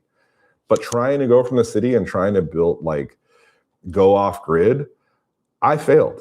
It was too hard. Okay. It's a point of shame for me that I tried so hard at something and it fell apart. But it was not for lack of effort. It was absolutely not for lack of effort.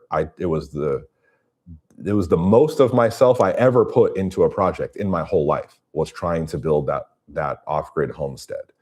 And I got about 80% of the way there, but I didn't get all the way there. And I was defeated by various things. And that was a crushing disappointment. But guess what?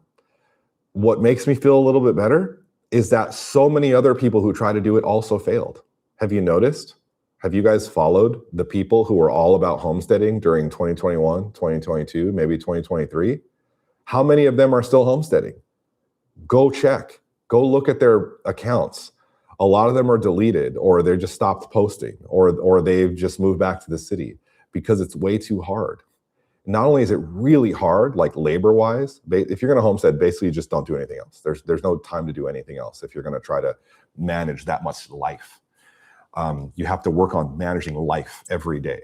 Your chickens, your cows, your whatever livestock, all your garden. You have to manage it every single day, and there's no time for anything else. And that's if you're good at it. If you're bad at it, you're just going to manage problems until everything dies. And I unfortunately discovered I was bad at it. Plus, particularly unlucky, had a lot of major setbacks. So anyway, if you if you're not especially well prepared for that, and kind of already rich, because I thought I had a lot of money going into that, but it's expensive. Trust me, all the stuff you need to buy to build a homestead and literally build anything now gets real expensive fast. And the prices were rising like the whole time. Just basic stuff. I mean, go to Home Depot. Have you been to Home Depot lately? Just stroll through there and try and look at the prices of stuff that you bought. Look at the price of a 2x4. Just go find a 2x4x8, which used to be a cheap piece of wood that you just would have a few laying around just for random bullshit. They're expensive. 2x4s are expensive. A 4x8 sheet of plywood is very expensive. All this stuff used to be real cheap, and the price has skyrocketed, and it's not going to come down. So now to do a basic home improvement project or even maintenance on something is very expensive. They're big bills.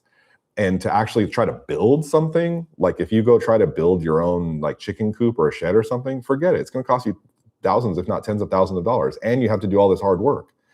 And you know, it's just the cost of everything and the upkeep and the maintenance and the hard work, it piles up so fast, it just becomes overwhelming and it defeats you. Again, if you didn't grow up that way, if you grew up that way and you have a support structure, you're better off. But for people who are trying to figure out what to do, that's your option. You have that option. Or you can take your money and invest it in things that are going to help you financially in the long run, or somehow beat inflation and somehow add to your net worth. And the best investments are going to be the most diabolical companies. The best investments are going to be in companies that Trump has personally decided he wants to see them succeed because they donated to a stupid, shitty ass ballroom. Or they're going to be controlled by people in Shabbat Lubavitch. If there's a government contractor that is connected to Shabbat Lubavitch, you should invest in them immediately. As fast as possible, you should go buy their stock. Why? Because you know there's an international mafia that is going to funnel United States captured public funds to that company, and that company is probably going to look spectacular on paper because they engage in fraud. It's literally part of their religion to engage in fraud and steal from the public, and they get away with it. And when they get captured and their business tanks, then later on their charges get dropped or the president pardons them and they just go to Israel. What better investment could you ask for? How could it be any better than that? You know they're in a privileged position. You know they don't have to compete. You know they don't even have to have an actual business because everything's fraud. But if they're publicly traded, you can invest in that because you know their stock's going to go up. What better investment could you possibly ask for? Just get out before it collapses. That's all. So that is the forbidden finance, the inverted morality perspective of investing. And it's so obvious. Like now, if you were trying to do this 20 years ago, it'd probably be pretty difficult because everything looked legitimate. But right now, at this point in American history, it's so easy to invest in corruption because there's so much of it. It's so blatant. It's like, it's super easy. Literally, I'll give you guys some free game right now. You don't even have to join my forbidden finance group. Go find every company that was a major donor to Trump's ballroom, especially early on, when they said it was only going to cost $100 million and it was only going to be paid for by private donations. Do you guys even remember that? Now it's going to be like $400 million and it's going to be paid for by the taxpayers. But of course, I called that. I predicted that a long time ago. Actually, I said it's going to cost double and it's going to be paid for by the taxpayers. I said that a long time ago. Well, actually, it's quadruple. So even I was wrong, and I'm extraordinarily cynical, and even I didn't hit that point. But just go find all the companies that donated to his ballroom and invest in all of them. You already missed like half of them because half of them have already popped, but there's still more. There's more coming. And all you have to do is look at where the political favoritism lies, and you know these companies are going to be, propped up. Like everything that Trump, if Trump makes some, like remember when Trump was publicly beating on and humiliating the CEO of Intel, and then he had some meeting with the CEO of Intel after saying he's a Chinese communist and he should be kicked out of the country and blah blah blah, and then he had some meeting and then he posted, actually, I like this guy. I changed my mind. I met him and I like him. He's a good guy. That is the moment you invest immediately because he's changing the narrative.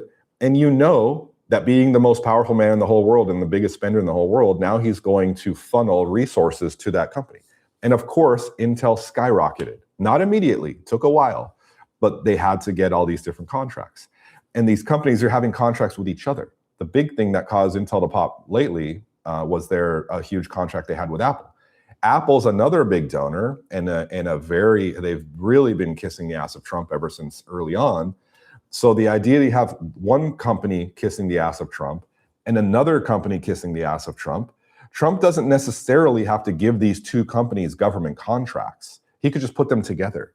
He could just say, hey, you guys are both really good ass kissers. Why don't you guys work together and all invest in those stocks and they're going to soar and all of us will be rich. Me and both of you guys will be very, very rich. But the government doesn't have to spend any money making that happen. There doesn't need to be the existence of contracts. There just needs to be putting people together and well-placed investments and a power structure behind the scene that suggests that supports that. It's so easy. It's so easy. You just have to adopt inverted morality. Once you adopt inverted morality and you really start to internalize the fact that everything functions on the opposite of morality, and whatever is good is bad, and whatever is bad is good, and evil is more powerful than good, and lies are more powerful than truth, and the entire system is designed to make you unhealthy and sick instead of make you healthy and more of a capable citizen, or that national security is not designed to protect us from outside threats. It's designed to protect that elite mafia from us. It doesn't protect us, it protects them from us. Invert everything. Become accustomed to inverting everything, and the world will make more sense to you. That is my message to you guys. And that's the foundation of my Forbidden Finance course. The one that's coming up, it's going to teach you in phases to understand the inversion of everything. Here, these are the phases. I should cover this before we wrap up here, but because I said I was going to earlier. But it's going to be an 8-week course, right? And the 3 phases, first is the wake up phase. And these are the lessons. Every one lesson corresponds to 1 week. It's going to be, what is money really? That's week 1, where I explain to you how the money system works. I went into that quite a bit in this talk here, but it's going to go into the details of what money used to be, and then what it is now, how that became inverted, and what the nature is now of our inverted money system, okay? And then silent weapons. Week 2 is silent weapons and the great draining. So silent weapons is not just the monetary system. Like I said earlier, the monetary system is the vector. It's the transmission vector for this parasitic system. It is the plumbing. It's the circulatory system for how that energy gets circulated and harvested. There are other weapons that are used against us, such as the media, social media in particular, such as fake economic statistics, such as manufactured wars, manufactured crises of various kinds, like COVID was obviously one of these. These are not monetary weapons. However, they are shocks to the system that have some kind of agenda behind them. But where they show up is in the money system. The money system moves around. It transfers the energy from us to these people. It's the transfer mechanism, the transmission vector. But there are often other events or other major crises or things like that that are created in order to cause that transfer to take place. So in week 2, you'll learn about that. And then the second phase will be 4 weeks. And this is the understanding phase.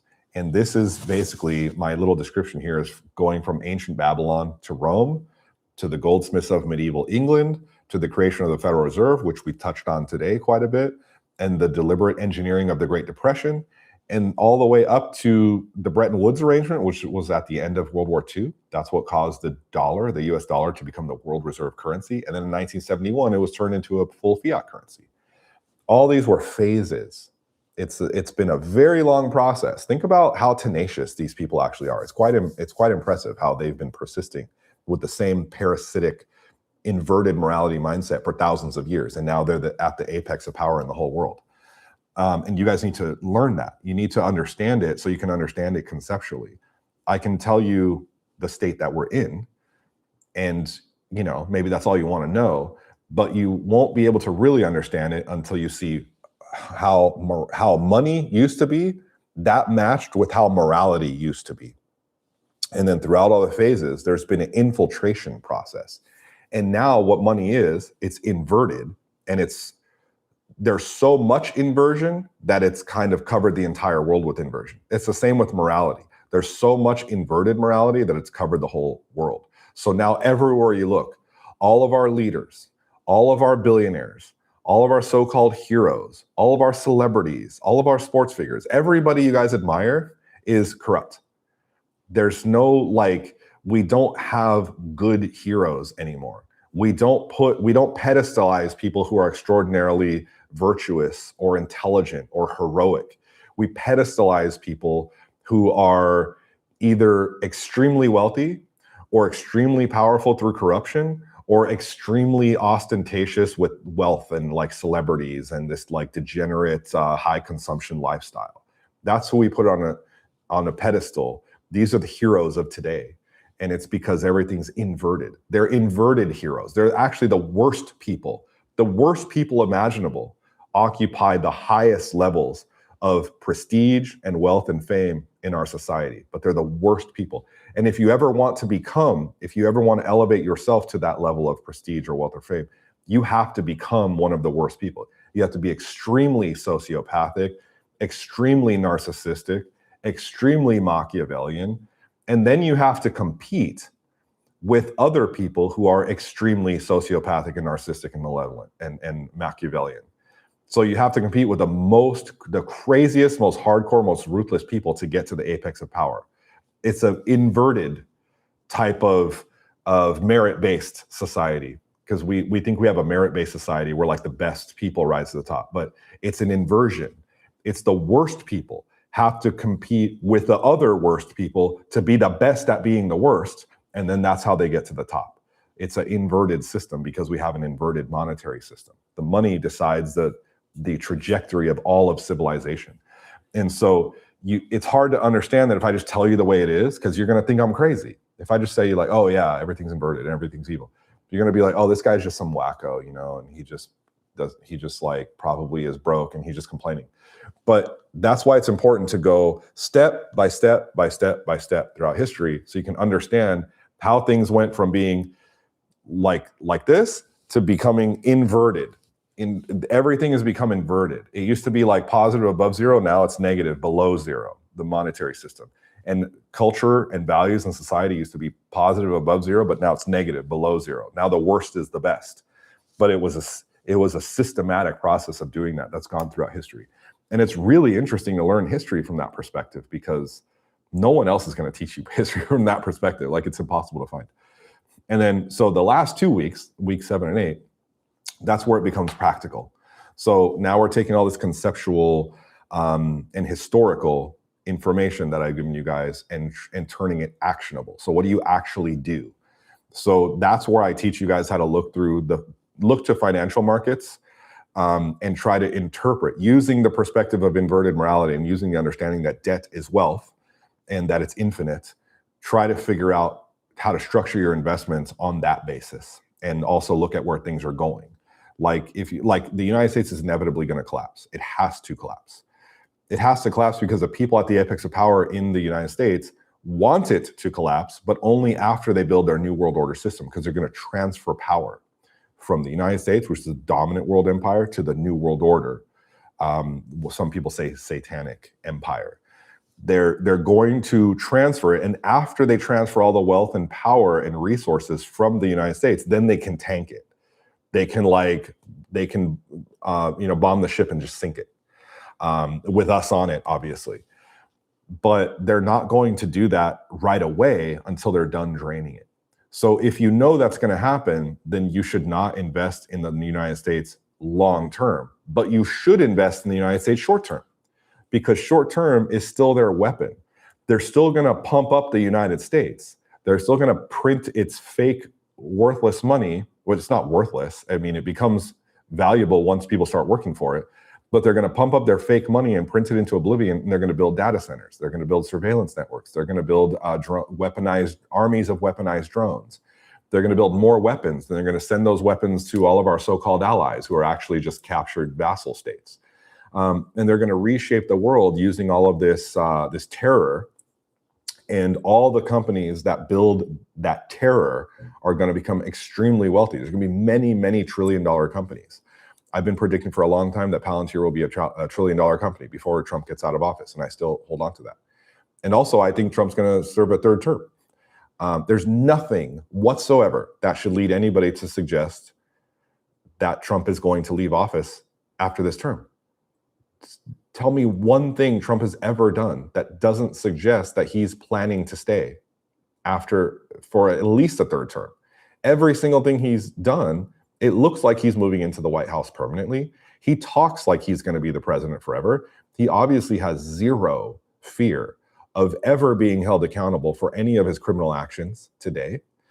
And there's already been a number of people associated with the Trump administration who have floated the idea of him doing a third term. And most notably, one of the biggest string pullers of his whole administration, who's Miriam Adelson, who's the person who basically saved his whole campaign. And she's one of the biggest Zionists in the whole world and directly plugged into the Israeli power structure. She has been encouraging him and funding legal research into figuring out how he can serve a third term. So everything makes it look like he's going to serve a third term. What makes you guys think he's not? Oh, because it's in the rules? You guys seriously don't know that the rules don't apply to these people yet? You really, really think that the rules apply to them when every single thing in the world that happens makes it obvious that the rules don't apply to them? Like, get out of old ways of thinking. You guys need to break free from old ways of thinking and thinking that anybody follows the rules, because the rules aren't for them. The rules are for you. The rules are to keep you dumb and helpless and powerless and thinking that there's some kind of like right in the world. Rules aren't for them. They do whatever they want, and they rewrite history. After they rewrite history, your kids and your grandkids are going to think the rules were always followed, when during our lives we realize it's obvious that the rules aren't followed. But it's because they rewrite history, and it's always been this way. So that's the level of cynicism you guys need to be on, and then you'll understand the world. If you're still holding out hope, you're always just going to be like dumb and compliant and ignorant, and you're just going to be harvested. You're just going to be endlessly harvested. So that's what I was going to follow that's what I'm going to teach you in week 7 and 8. The last phase is what to actually do about it. And it's not only going to encourage you guys to invest in like evil companies, because like I said, that's not the only way forward. It's just the most effective way forward. It's the easiest way to directly transfer your wealth into companies that are obviously going to be very, very rich, and a power structure that's going to be in place for a long time. Again, in particular, if Trump gets a third term. Because if Trump gets a third term, he's going to officially be a fascist dictator. And as a fascist dictator, he's going to pick all of the companies that he wants and make them very rich, and nobody can do anything about it. Now, if you're an astute observer and you're unbiased, you realize that's already happening. That's obviously already exactly the way things are now. But some people are they're so locked into their old mentality. Like my dad would have been one of these people, guaranteed, because he was a total boomer. And he died 2 years ago. And I could never get him to see the light on this issue. He really loved America too much. But he would probably never be able to register what's happening until Trump took a third term. And even if he would probably have to just like take it over like a fascist, you know. But you know, my dad was so brainwashed by Fox News, he probably still believed that it's totally legitimate, honestly, now that I think about it. So there's a lot of people who Trump could serve a third term, a fourth term, a fifth term, and his aging body could die, and they could remove his brain and attach it to some AI cyborg. And you'd still have boomer, idiot right-wingers who would still be loyal to Trump. Probably the same 35% of the Republican Party that's loyal to him now. The same people, they'll never, ever break free. There's been such an insane abundance of evidence. I wonder if these people exist or if they're just made up by the media, because I really can't believe how people could be so stupid. Because the people that are supposedly so hardcore Trump are the same people who believe in like freedom and like gun rights and the Constitution and stuff. And yet Trump tramples on all those things, and yet they still support him no matter what he does. There's nothing in the world that guy can do to lose that 35% that he has on lock. I don't know. So anyway, if you realize that that's where things are going, then it would be wise, it would be prudent. It might not be moral, but morals don't do anything. Morals are expensive, like I said. Morals cost you money in our world. If you want to make money, you have to realize that morals don't apply. There is inverted morality. It's not that there's no morals at the top level. There's inverted morals. They have morals, but they're the opposite of yours. It's not that there is nothing that's good or bad. They're not nihilists. They believe evil is good. They believe it is moral and just and right to harvest wealth from the goyim, to manufacture sickness, and then have companies sell you guys not cures, the management of those sicknesses.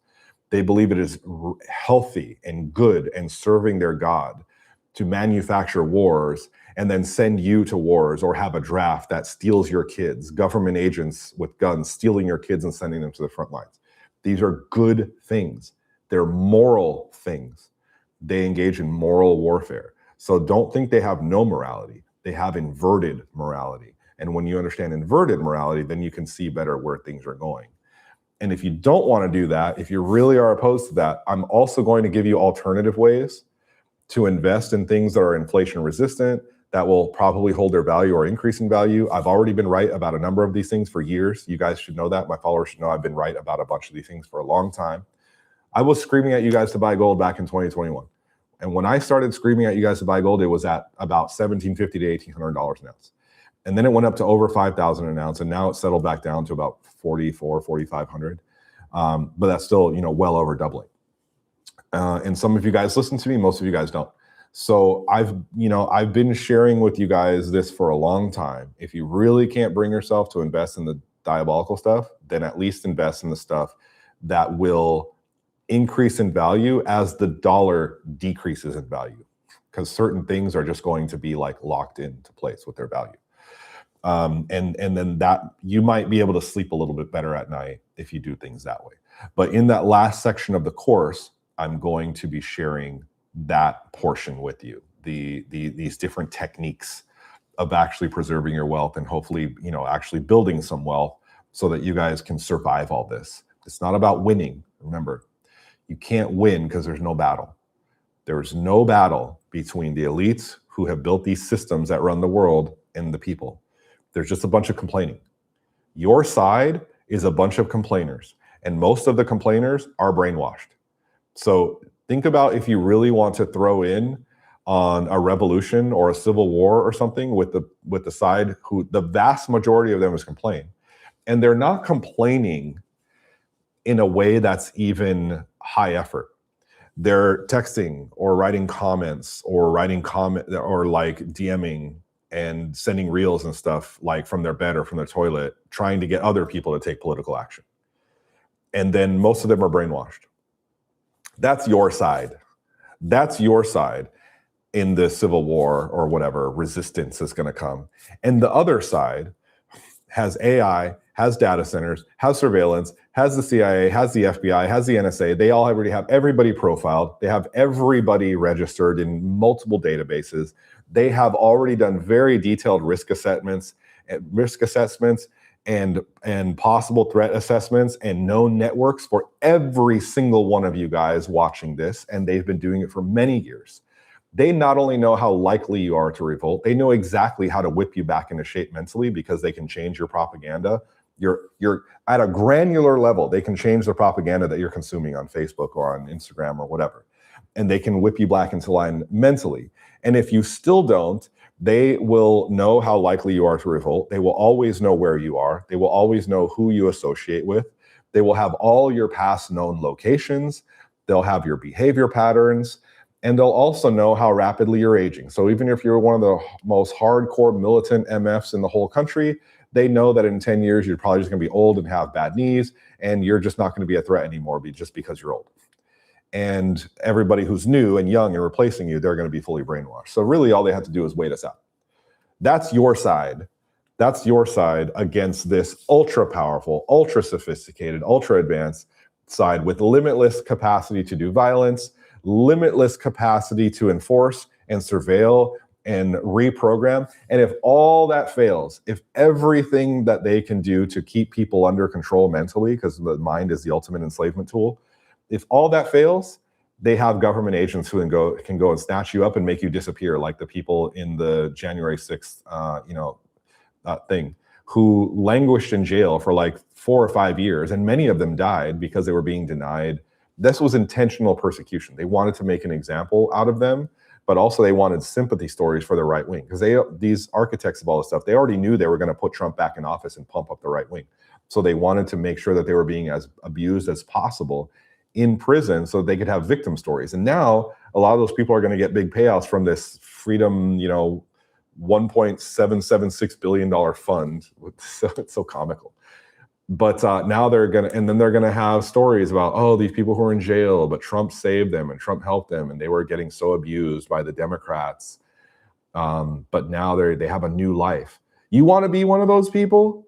You want to be made an example out of, to where you lose everything and you're sick? And if you don't die in jail of a disease, if you don't go crazy, if your wife or husband doesn't leave your ass in jail, which they will, guaranteed, if your kids and everybody you know thinks that you're not a total complete lunatic psychopath because you were in a what do they call it, an insurrection, if all that happens, then when you get out, the only hope you have of getting any money is the world's most corrupt president ever using the government to give most of the money to himself and his family and then write you a measly little check, probably for like 10 grand or something. That's the side you want to be on? You guys think about that. Think real long and hard about that if that's the side that you want to be on. That's not the side that I want to be on, and that's not the side I'm gonna be on. So I'm trying to give you guys other more intelligent ways of getting around this stuff. You have to be smart because they're smart. These people doing this are super, super smart. They're always ahead of us. They're not only way smarter than us, but they're creating outcomes. They manufacture reality, and there's nothing you can do to fight back against that. The best you can do is survive. There is no fight. There is no war. There's only survival, and chiefly that survival is economic. There's also a very big spiritual component to that as well. I truly believe this at the apex of all this is spiritual warfare, not economic warfare. And you can't consent to their things, but you do have to survive. And I think that's very important. So that's what this whole course is designed to do, is to put you guys in survival mode and give you guys the tools and more importantly, the mindset.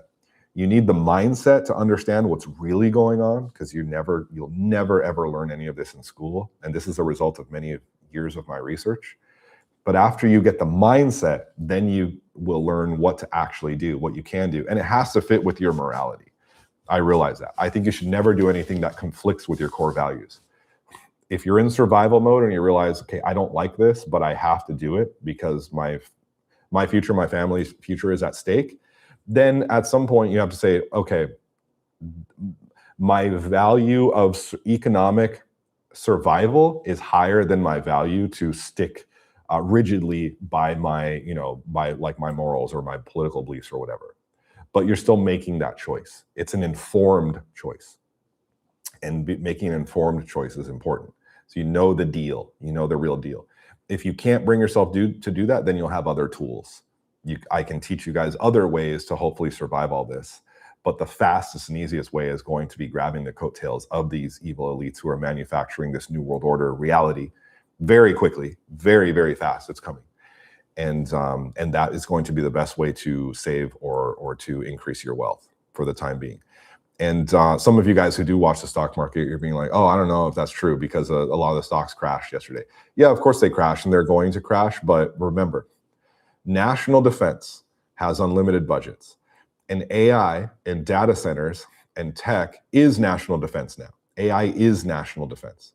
So there's no losses these companies will take that will put them out of business because the government's going to backstop those losses. So no matter what happens, yes, of course, the stocks will go up, down. They're inevitably going to crash because AI is obviously a bubble, a massive bubble. It's going to happen at some point, but the government's going to save the day. It's going to print more money. It's going to dump them into those companies, and their stocks are going to rocket back up. And all the people who are involved are going to get very, very, very rich. And that's just the way it's going to be. So you can't be in the club. You can't be one of them, but at least you can grab onto the coattails of the club and preserve some of your wealth that way. So that is the whole point of my course. That's what it's going to cover. That's the mindset, sort of from like a philosophical perspective, but then you have to make it actionable. If I didn't have those last 2 weeks of action, like actionable ideas and actual techniques to employ this, then the whole thing would just be kind of like, oh, that's interesting and cool, but I don't really have time for that and don't really need that right now. It can't just be interesting. It has to give you tools. It has to actually be something you can put to work. So everything else lays the groundwork, but the last 2 weeks is where that conceptual and theoretical groundwork and historical groundwork actually builds into a foundation of looking at investments and looking at money itself differently, and then using those tools to plan your life differently. Because we're all going to have to plan our life differently. The world's going to change. Whatever you're used to now is not going to be the same way in the future. The world's changing fast. And if you really want to keep things the same way, the best you can do is like a homestead or something. But if you're living in cities in America, life's going to change real fast. If you're part of the establishment, Life's going to change fast, and you're just going to have to probably adjust. Most people will be like the boiling frog, where it changes, but not enough for them to uproot themselves. So they complain, they're stressed out, they're anxious, but they don't change anything. And then before long, they're just, the whole New World Order prison system has been built up around them. I'm already transitioning out. I've seen this coming a long way off, and I've been transitioning out. My first idea was to go and homestead, and I already told you guys that didn't work out. And now I'm just going to go multinational. That's my plan now that I'm already engaging. And I don't have any course material on that yet, but if I'm successful doing what I'm doing, then I will have course material on that, because that will help you guys also. But I already know, I'm reading the writing on the wall. I already know what's going to happen. I know how bad it's going to get, and I don't want to be here for it. So I'm already transitioning out. But if you guys, whether or not you're going to transition out in whatever way that means, that's up to you. But you can't do it without money. I know you can't do it without money. You can't transition out of the country without money. But the other countries don't want you. They literally do not want you if you don't have money. You have to have net worth, or you can't go. Or you can, like bribe or something, some places. And if you want to do that, I don't want to do that, but that is another way of doing it. But even then, that also involves money, just potentially less. So you have to have money to do that. And if you want to stay, you have to have money to do that, because the value of money is going to keep disappearing. And if you want to homestead, you have to have money to do that, because everything to homestead is super expensive and only going to get more expensive. Everything veterinarian related, everything animal related, all the home improvement materials, they're just going to keep going up in value, because nobody wants you to be self-reliant. So they're going to make it as hard and expensive as possible. So whatever you do, you're going to need money, and you're going to need a lot of it. The price of buying yourself out of slavery is rising very, very fast, and the window is closing fast. So understanding that you need money to take any route you want to take, whether you want to stay in the system and just be a normal goyim living a middle-class life, or you want to homestead and go live in some kind of off-grid property up in the mountains or something, or you want to transition out of the country, you're going to need a lot of money, more money than ever. That's just the way it is. So you guys ponder that and think about if you want to figure all that out on your own, or just stand by your morals and ethics and just go broke, because that matters more to you. You're going to have to choose between making more money or your morals. A lot of you guys are. If you want to do it the hard way, or you can actually learn the system, which I'm trying to teach you guys. And hopefully it gets you guys ahead. Even if you don't do exactly what I say, at least you'll understand how the system works, and you can come up with a better system than what you're doing now, which is probably just struggling and wondering why things are the way they are, wondering why your money's disappearing and never really getting it. That's not something that I would do. I can't stand just like wondering what's happening. I have to figure it out. And I spent years figuring it out. And that's how I ended up building this course, because I have so much knowledge that now I can share with you. So that is the whole rundown of the Forbidden Finance course. That's the purpose. That's what we're going to cover conceptually. And that's why you need to understand it, because it's not easy. Adopting an inverted perspective of the world is not easy. It's really, really weird and uncomfortable and hard. And no one's going to teach you this. I've never even heard anyone talk about inverted morality. I came up with that on my own because I was trying to describe it. I was trying to explain it to other people. And I was like, at some point, I was like, basically, it's like an inverted morality. It's like a mirror image of morality. It's not a lack of morality. It's upside down morality, where good is bad and bad is good. And once I started to actually get that, it started to become a thing. Like people around me started to say, oh yeah, inverted morality, I get it. Oh yeah, it's like that inverted morality thing you were saying. And now it's become a phrase that I use all the time, because it's a good way to illustrate the way that things actually work. But it's not easy. When you first hear it or you first try to make sense of it, it's not easy. It's quite confusing, because it's so unnatural for us. It's as natural as hanging upside down and trying to function. You can't hang upside down and do a task like type an email. You can type an email real easy. But if I told you, okay, now hang upside down and type an email, it would be extremely difficult and very uncomfortable. And you would have to really practice it for a long time before you could recover that basic skill. Well, imagine if the whole universe of morality was turned upside down You're still trying so hard to function in established morality that you grew up with. You can't even comprehend the inverted morality, and you certainly can't function in that world. And that's exactly what they want for you. They don't want you to figure out that world because it's more easy to to exploit you when you don't. So with that said, let me have a sip of coffee, because I made really good coffee. And if you guys don't know, just side note, I love coffee, and I always have loved coffee. I grew up drinking it. This is the best way to make espresso that I've ever found. I've had expensive coffee makers. I've had an espresso. It's sitting right over there. I've had multiple Nespressos. I've spent, probably the most I've ever spent on a coffee machine is like probably $1,000 or $1,500 trying to get a real nice top of the line. No, probably not $1,500, probably like $1,000. Getting a real nice top of the line espresso machine. And the most consistent, easiest, cheapest way to make espresso is this little guy. And my brother taught me about these. My brother's a special operations military veteran, very, very highly trained, and he's cross-trained with a lot of other special operations people in the world. And he learned about this from an Italian officer who was cross-training with the US Special Operations community. And this guy, every morning, he would make espresso, even out in the field. He actually took this out to the field with him. It looks big on camera, but it's because of wide lens, but it's really not that big. See, it's kind of small. The lens just exaggerates everything. When I hold it here, it looks massive. But he would actually carry this out in the field with him and make espresso. And then my brother made friends with him, and my brother likes coffee because in my house, we grew up drinking coffee a lot. And he was just like blown away by this. It's made of aluminum. It takes on heat very, very quickly, and you can make really nice. It's not going to be the best espresso you've ever had, but like it's so close. And then just get a little milk frother or a little milk foamer, and then so you can make your lattes and cappuccinos. This is it, you guys. This is all you need. It's so cheap.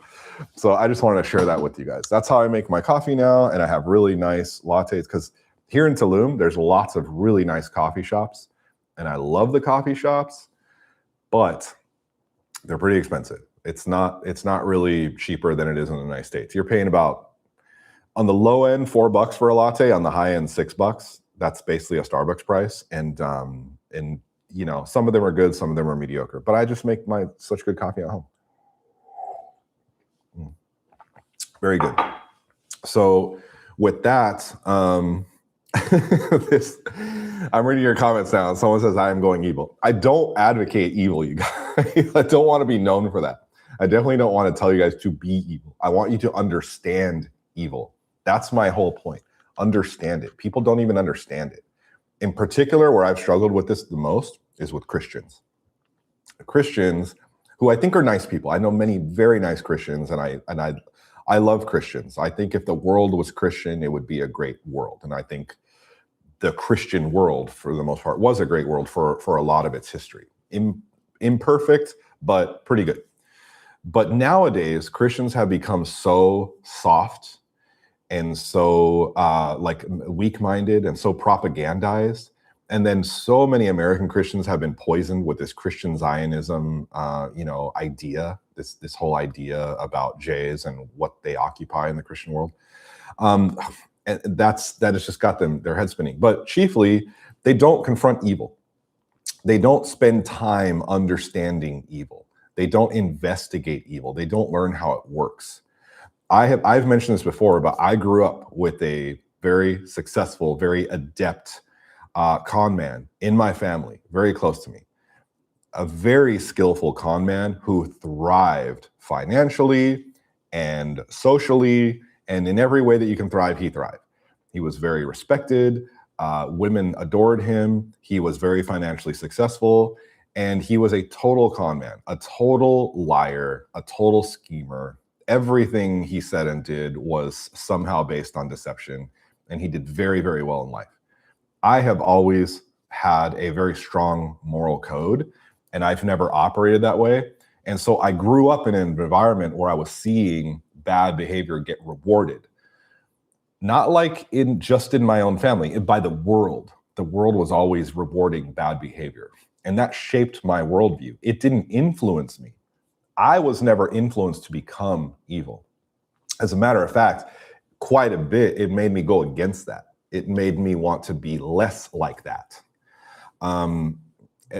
Probably too much, probably too detrimental, because I've always had like this super strong, super rigid, like moral code and stuff. And like, I'll never do anything wrong. I won't even lie about any, like the smallest thing. And that has really cost me a lot in life, many, many times, many, many ways. But I have been so close to that I have seen it from the inside, and I've learned a lot about it, because that fascinated me. Once I became like a teenager and I realized how much the world rewards essentially skillful criminal activity, I wanted to understand it more. So I actually bought books on con artistry when I was a teenager, like a young teenager. I think the first book I bought about con artistry was probably when I was like 12 or 13. And I was just fascinated by it, because con artists, and I would encourage you guys to do this also, con artists are brilliant because they get away with these grand schemes, but it's mostly due to their confidence. That's what con stands for. It's short for confidence. They have tremendous confidence, and they gain the confidence of their marks to such a degree that people are handing over their money to them willingly. They consent.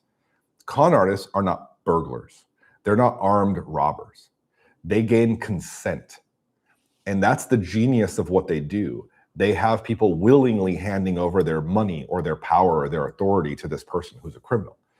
And more often than not, they don't get caught because they don't get reported. And they don't get reported because the people who got conned are too embarrassed. Now, take that and project it to all of society. Con artists are just politicians. The greatest con artist probably in history is obviously Donald Trump.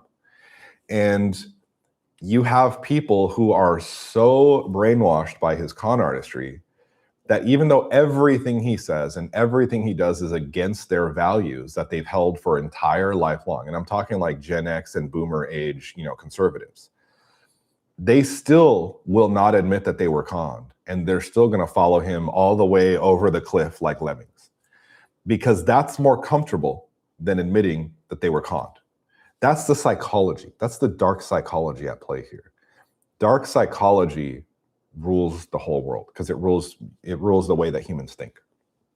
And my early life experience was with an actual real life con artist in close proximity, and others. It wasn't even just one. Actually, there were some others kind of around in the circle. But seeing how smoothly and swiftly and easily they moved through the world, and also got cheered for it, got rewarded for it. Like, people loved it. Not the victims, obviously, but the victims were always too broken or embarrassed, or a lot of times psychologically tormented. A lot of times the victims were so psychologically tormented, they would just like break. They basically break. Now, I'm very strong-minded. I'm unbreakable. I couldn't be broken by someone like that, personally. I get very, very mad. But I didn't get broken. But I did struggle a lot with someone like that in my life who was causing other people around me to suffer. But as soon as a con artist, a real no shit con artist, as soon as they are done with the victim, they soullessly move on to the next one with no delay whatsoever. And the person who's broken feels like they are living in an alternate reality. They're psychologically broken, while the person is smiling and happy and already having a blast working on the next target, and they keep doing that. This is a real thing. And what was crazy to me is when I was young, I thought this was kind of extraordinary, but I didn't realize until I was older, this is all our politicians, all our world leaders, all our billionaires, all the Wall Street people. This entire class that we consider to be elites, they are con artists. That's how they operate. They manipulate the dark psychology of all the people of the world who are dumb and easily duped, and they just harvest wealth. And they do it with confidence, and they do it with a smile, and they do it with they're so, like, when they have interviews, you see these people and they'll do these revealing interviews like, oh yeah, when I built my $1 billion company, it was really hard.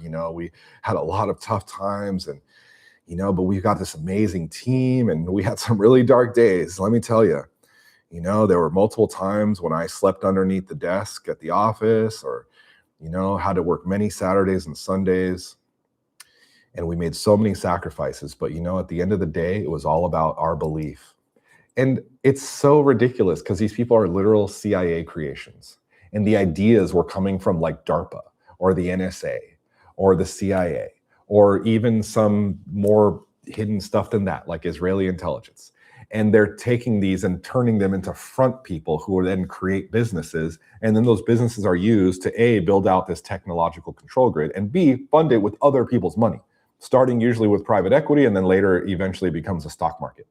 So they're creating these malevolent, sinister technologies that are going to steal your attention, make you stupid, pull this insane amount of data, and then sell it to third-party brokers and use all of that to manipulate you even more.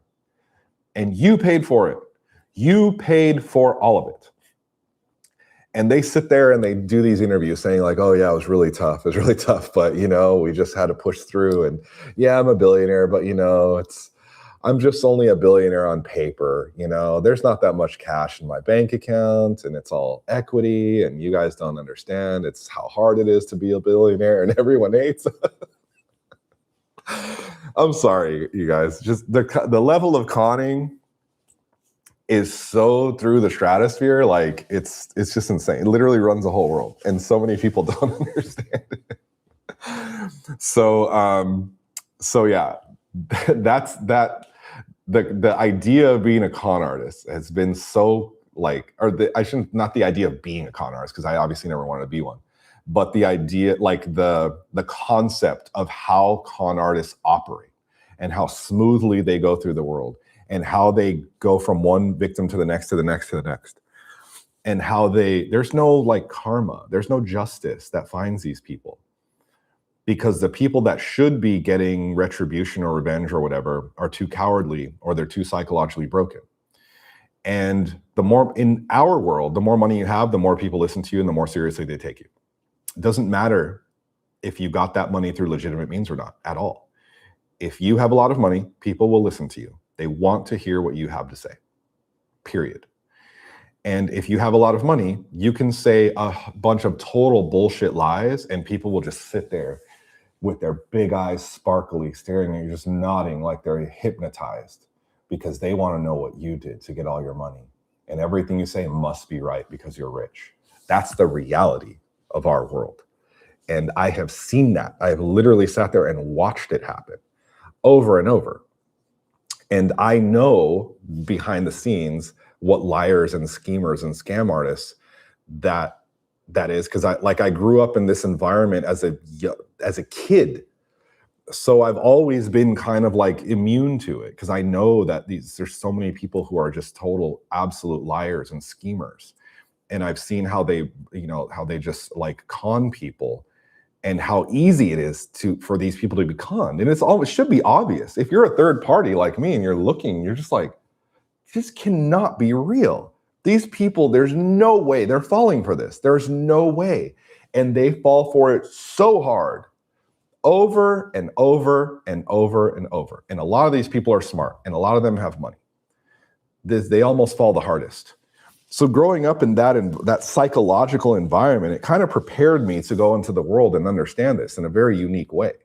It was a thing that it was an experience most people will never have. Certainly these nice and well-meaning but very gullible like type of Christians who grow up in like nice Christian homes, and they're like, they do Bible study and they've got only nice, helpful people around them. They're so radically unequipped to deal with the realities of the real world. And I grew up in this environment where like psychological torment and manipulation and deception and con artistry was like a part of daily life. And yet it didn't affect me. I don't know why, but I just was never influenced to be like that. But I did end up developing defenses against it that aren't perfect, but pretty good. So now I'm in a position where I can share my worldview with people And I get it. I get it at a very deep level because I grew up around it so much, and I was so exposed to this for so long. And then it evolved when I grew up into an adult and moved out and went into the world. I started to see these patterns of con artistry, successful con artistry everywhere. So I've always been able to figure out scams really quickly. And like that, a lot of people perceive me to be very cynical.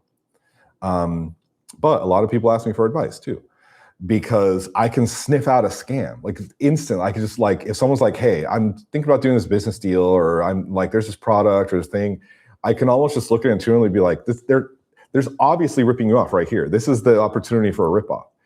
And then a lot of people say, well, yeah, I can see where that might be an opportunity to rip off, but they'd have to really want to rip you off. And I'd be like, they do. That is exactly why they built that little loophole, because the whole thing is a holder for the loophole. And in time, the loophole is going to be where all the money flows through. And that might not be for years, but you bet your ass these people, what they built this whole thing, but they built it as a framework for the loophole. And the loophole is what they're actually going to end up guiding everybody and their money toward. So the loophole can drain out the wealth. And then later on, they just tank the business or disappear, they sell it or whatever. But you know, there's all these clever ways that people have of scamming each other, in particular in the United States, where this is rewarded and often protected. So I've just grown up in this environment where it's like, I've gradually realized that virtually everything is a scam. Basically, the whole foundation of the entire United States economy is fraud. I have said that before, and that sounds hyperbolic, but it's really not. Because if the whole foundation is the money system itself is fraudulent, and they act like it's scarce, but it's actually unlimited. Because the whole idea of money that gives money value is that it's scarce. There shouldn't be unlimited money. If there was unlimited money, then why are we working so hard for it? Why are we like taking it such a big deal when I loan it to you and expect to get it paid back? Or if I give you a loan and you're going to keep it for a while, then I need to get interest.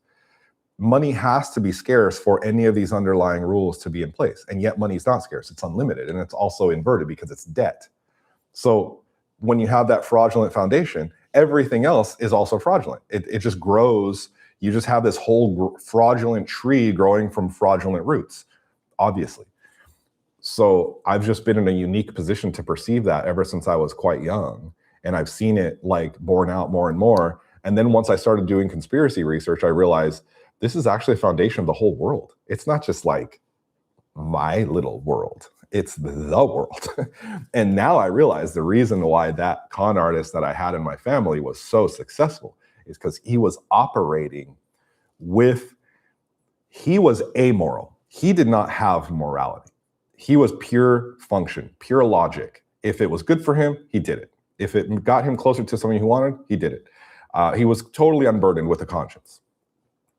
But if you are amoral, but you operate in a framework of inverted morality, then you will succeed. You don't have to have inverted morality to succeed. If you have positive morality in an inverted morality, you will struggle. If you have no morality in an inverted morality framework, then you'll probably do very well because you're just going to do what works. You're just going to naturally do what works, and you're naturally going to gravitate towards doing bad things. But if you have inverted morality, if you actually know the inverted rules of the system, and you know how to work that system, and you know other people in that system who are already doing it, and they're going to help you along, that's where you reach the apex of power, because you have inverted morality and you're applying it and you're working in an inverted morality system. That took me a while to understand. This is like advanced knowledge. But growing up, I realized bad people thrive. It's obvious that bad people thrive because I saw it. And for years and years and years, I told myself, that guy's going to get his. Boy, I tell you what, he sure is wrapping up a lot of bad karma. One of these days, he's going to mess with the wrong person. One of these days, the authorities are going to catch up to him, or God's going to, strike him down. None of that happened. None of that happened. He had cops as drinking buddies. The people that he broke and stole like huge amounts of money for them, he screwed their wives and took their money, and they just disappeared and drank themselves, into a stupor, or moved out of town because they were embarrassed or whatever. They just disappeared. They just wandered off. And nothing bad ever happened to the guy. He really thrived all the way to the end. Like, he seemed to be a pretty happy guy. So that's what mentally prepared me to realize that the world's inverted. And you know, that's what brings us to now. So anyway, well, guess what? I screwed up and I talked a little bit too much, and so now my battery is going to die. And I'm learning that my battery actually dies pretty quickly when I'm doing these lives, and I didn't realize that. So I'm going to have to wrap it up now, but I saw this funny comment from you, this guy who said, "That's it, make me rich, I'm done, I'm going evil." And I don't want that for you guys, okay? I really don't. That's not what I advocate. But I definitely do advocate understanding the system and understanding how it works. Because if you don't understand it, you can't protect yourself against it. At a minimum, you have to understand it to protect yourself against it. And then if you understand it well enough, then you can start operating in the system. But I don't want anybody to be bad. Because if I realized that people were taking the knowledge I'm sharing to just be bad, I wouldn't feel good about that. That's not what I want for the world. That's not what I want to bring to the world. I don't want that to be my contribution. And if you want to do that, then just go like join Shabbat Lubavitch or something like that. Like, they'll teach you better than me, and then you'll be in the club. So just do that. Don't come here for my stuff. But I want to teach people how to defend themselves against this, or how to operate within the framework. And then if you operate within the framework, then you can take the resources that come from that and reapply them to something good. If you grow your wealth, I don't want you to do that just for the sake of having money. I want you to take those resources and divert them back to doing something that's in line with your positive values. So have positive values, operate in the inverted morality framework, but then recover the resources out of that framework and put them back to your positive values. That could be building a homestead. That could be buying livestock. That could be buying gold and silver. I know people who trade stocks or crypto, and then they know it's bullshit. I've talked to a few people like this. They know stocks and crypto are bullshit, but they take their profits and they go buy gold. In fact, I think Robert Kiyosaki is a very well-known guy, and I'm pretty sure he advocates for that.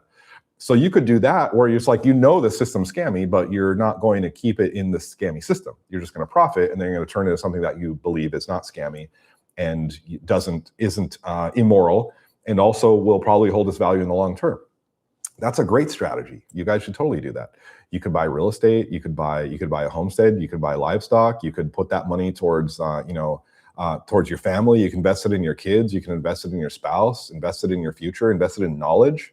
Reinvest it in knowledge. Start a company with it. Start a company where you actually need startup capital, but you're actually providing real world goods and value and services to people who are real customers, not inflated fake money. There's all kinds of stuff you can do to extract from the inverted system, but not feed your like vitality and life force and energy into the inverted system. You're just being a parasite on a predator. I think that's okay. So anyway, that's what I hope you guys do. I don't want you guys to turn evil. Anyway, guys, I better go before I get awkwardly cut off by my dying laptop. Looks like I talked too long as usual, but what else is new? Anyway, I hope you guys really enjoyed that talk. And obviously I'm going to post this up later. So if you had anything you want me to look at or like answer later, if you had a question about something, you can drop it in the comments. And I always read my comments and I answer most of them. And I really appreciate all your guys' support. It really means a lot to me. So please continue to subscribe to my channel. Please help me out. Share my videos with people you think that will benefit from them. That really means a lot to me. And if you listen to this talk and it was valuable to you, I strongly encourage you to sign up for that course. As soon as I turn this off, I set it up so that it's going to take you straight to like a trailer for my course, which is only like 4 or 5 minutes long, but it's going to give you a little video rundown. And I really hope that you guys will sign up. Obviously, it helps me a lot because this is the only way that I can like monetize my knowledge and my information. But I'm not doing anything where I'm not taking money from you guys and giving you a lot of value in return. I'm trying to give you a ton of like life-changing value in return.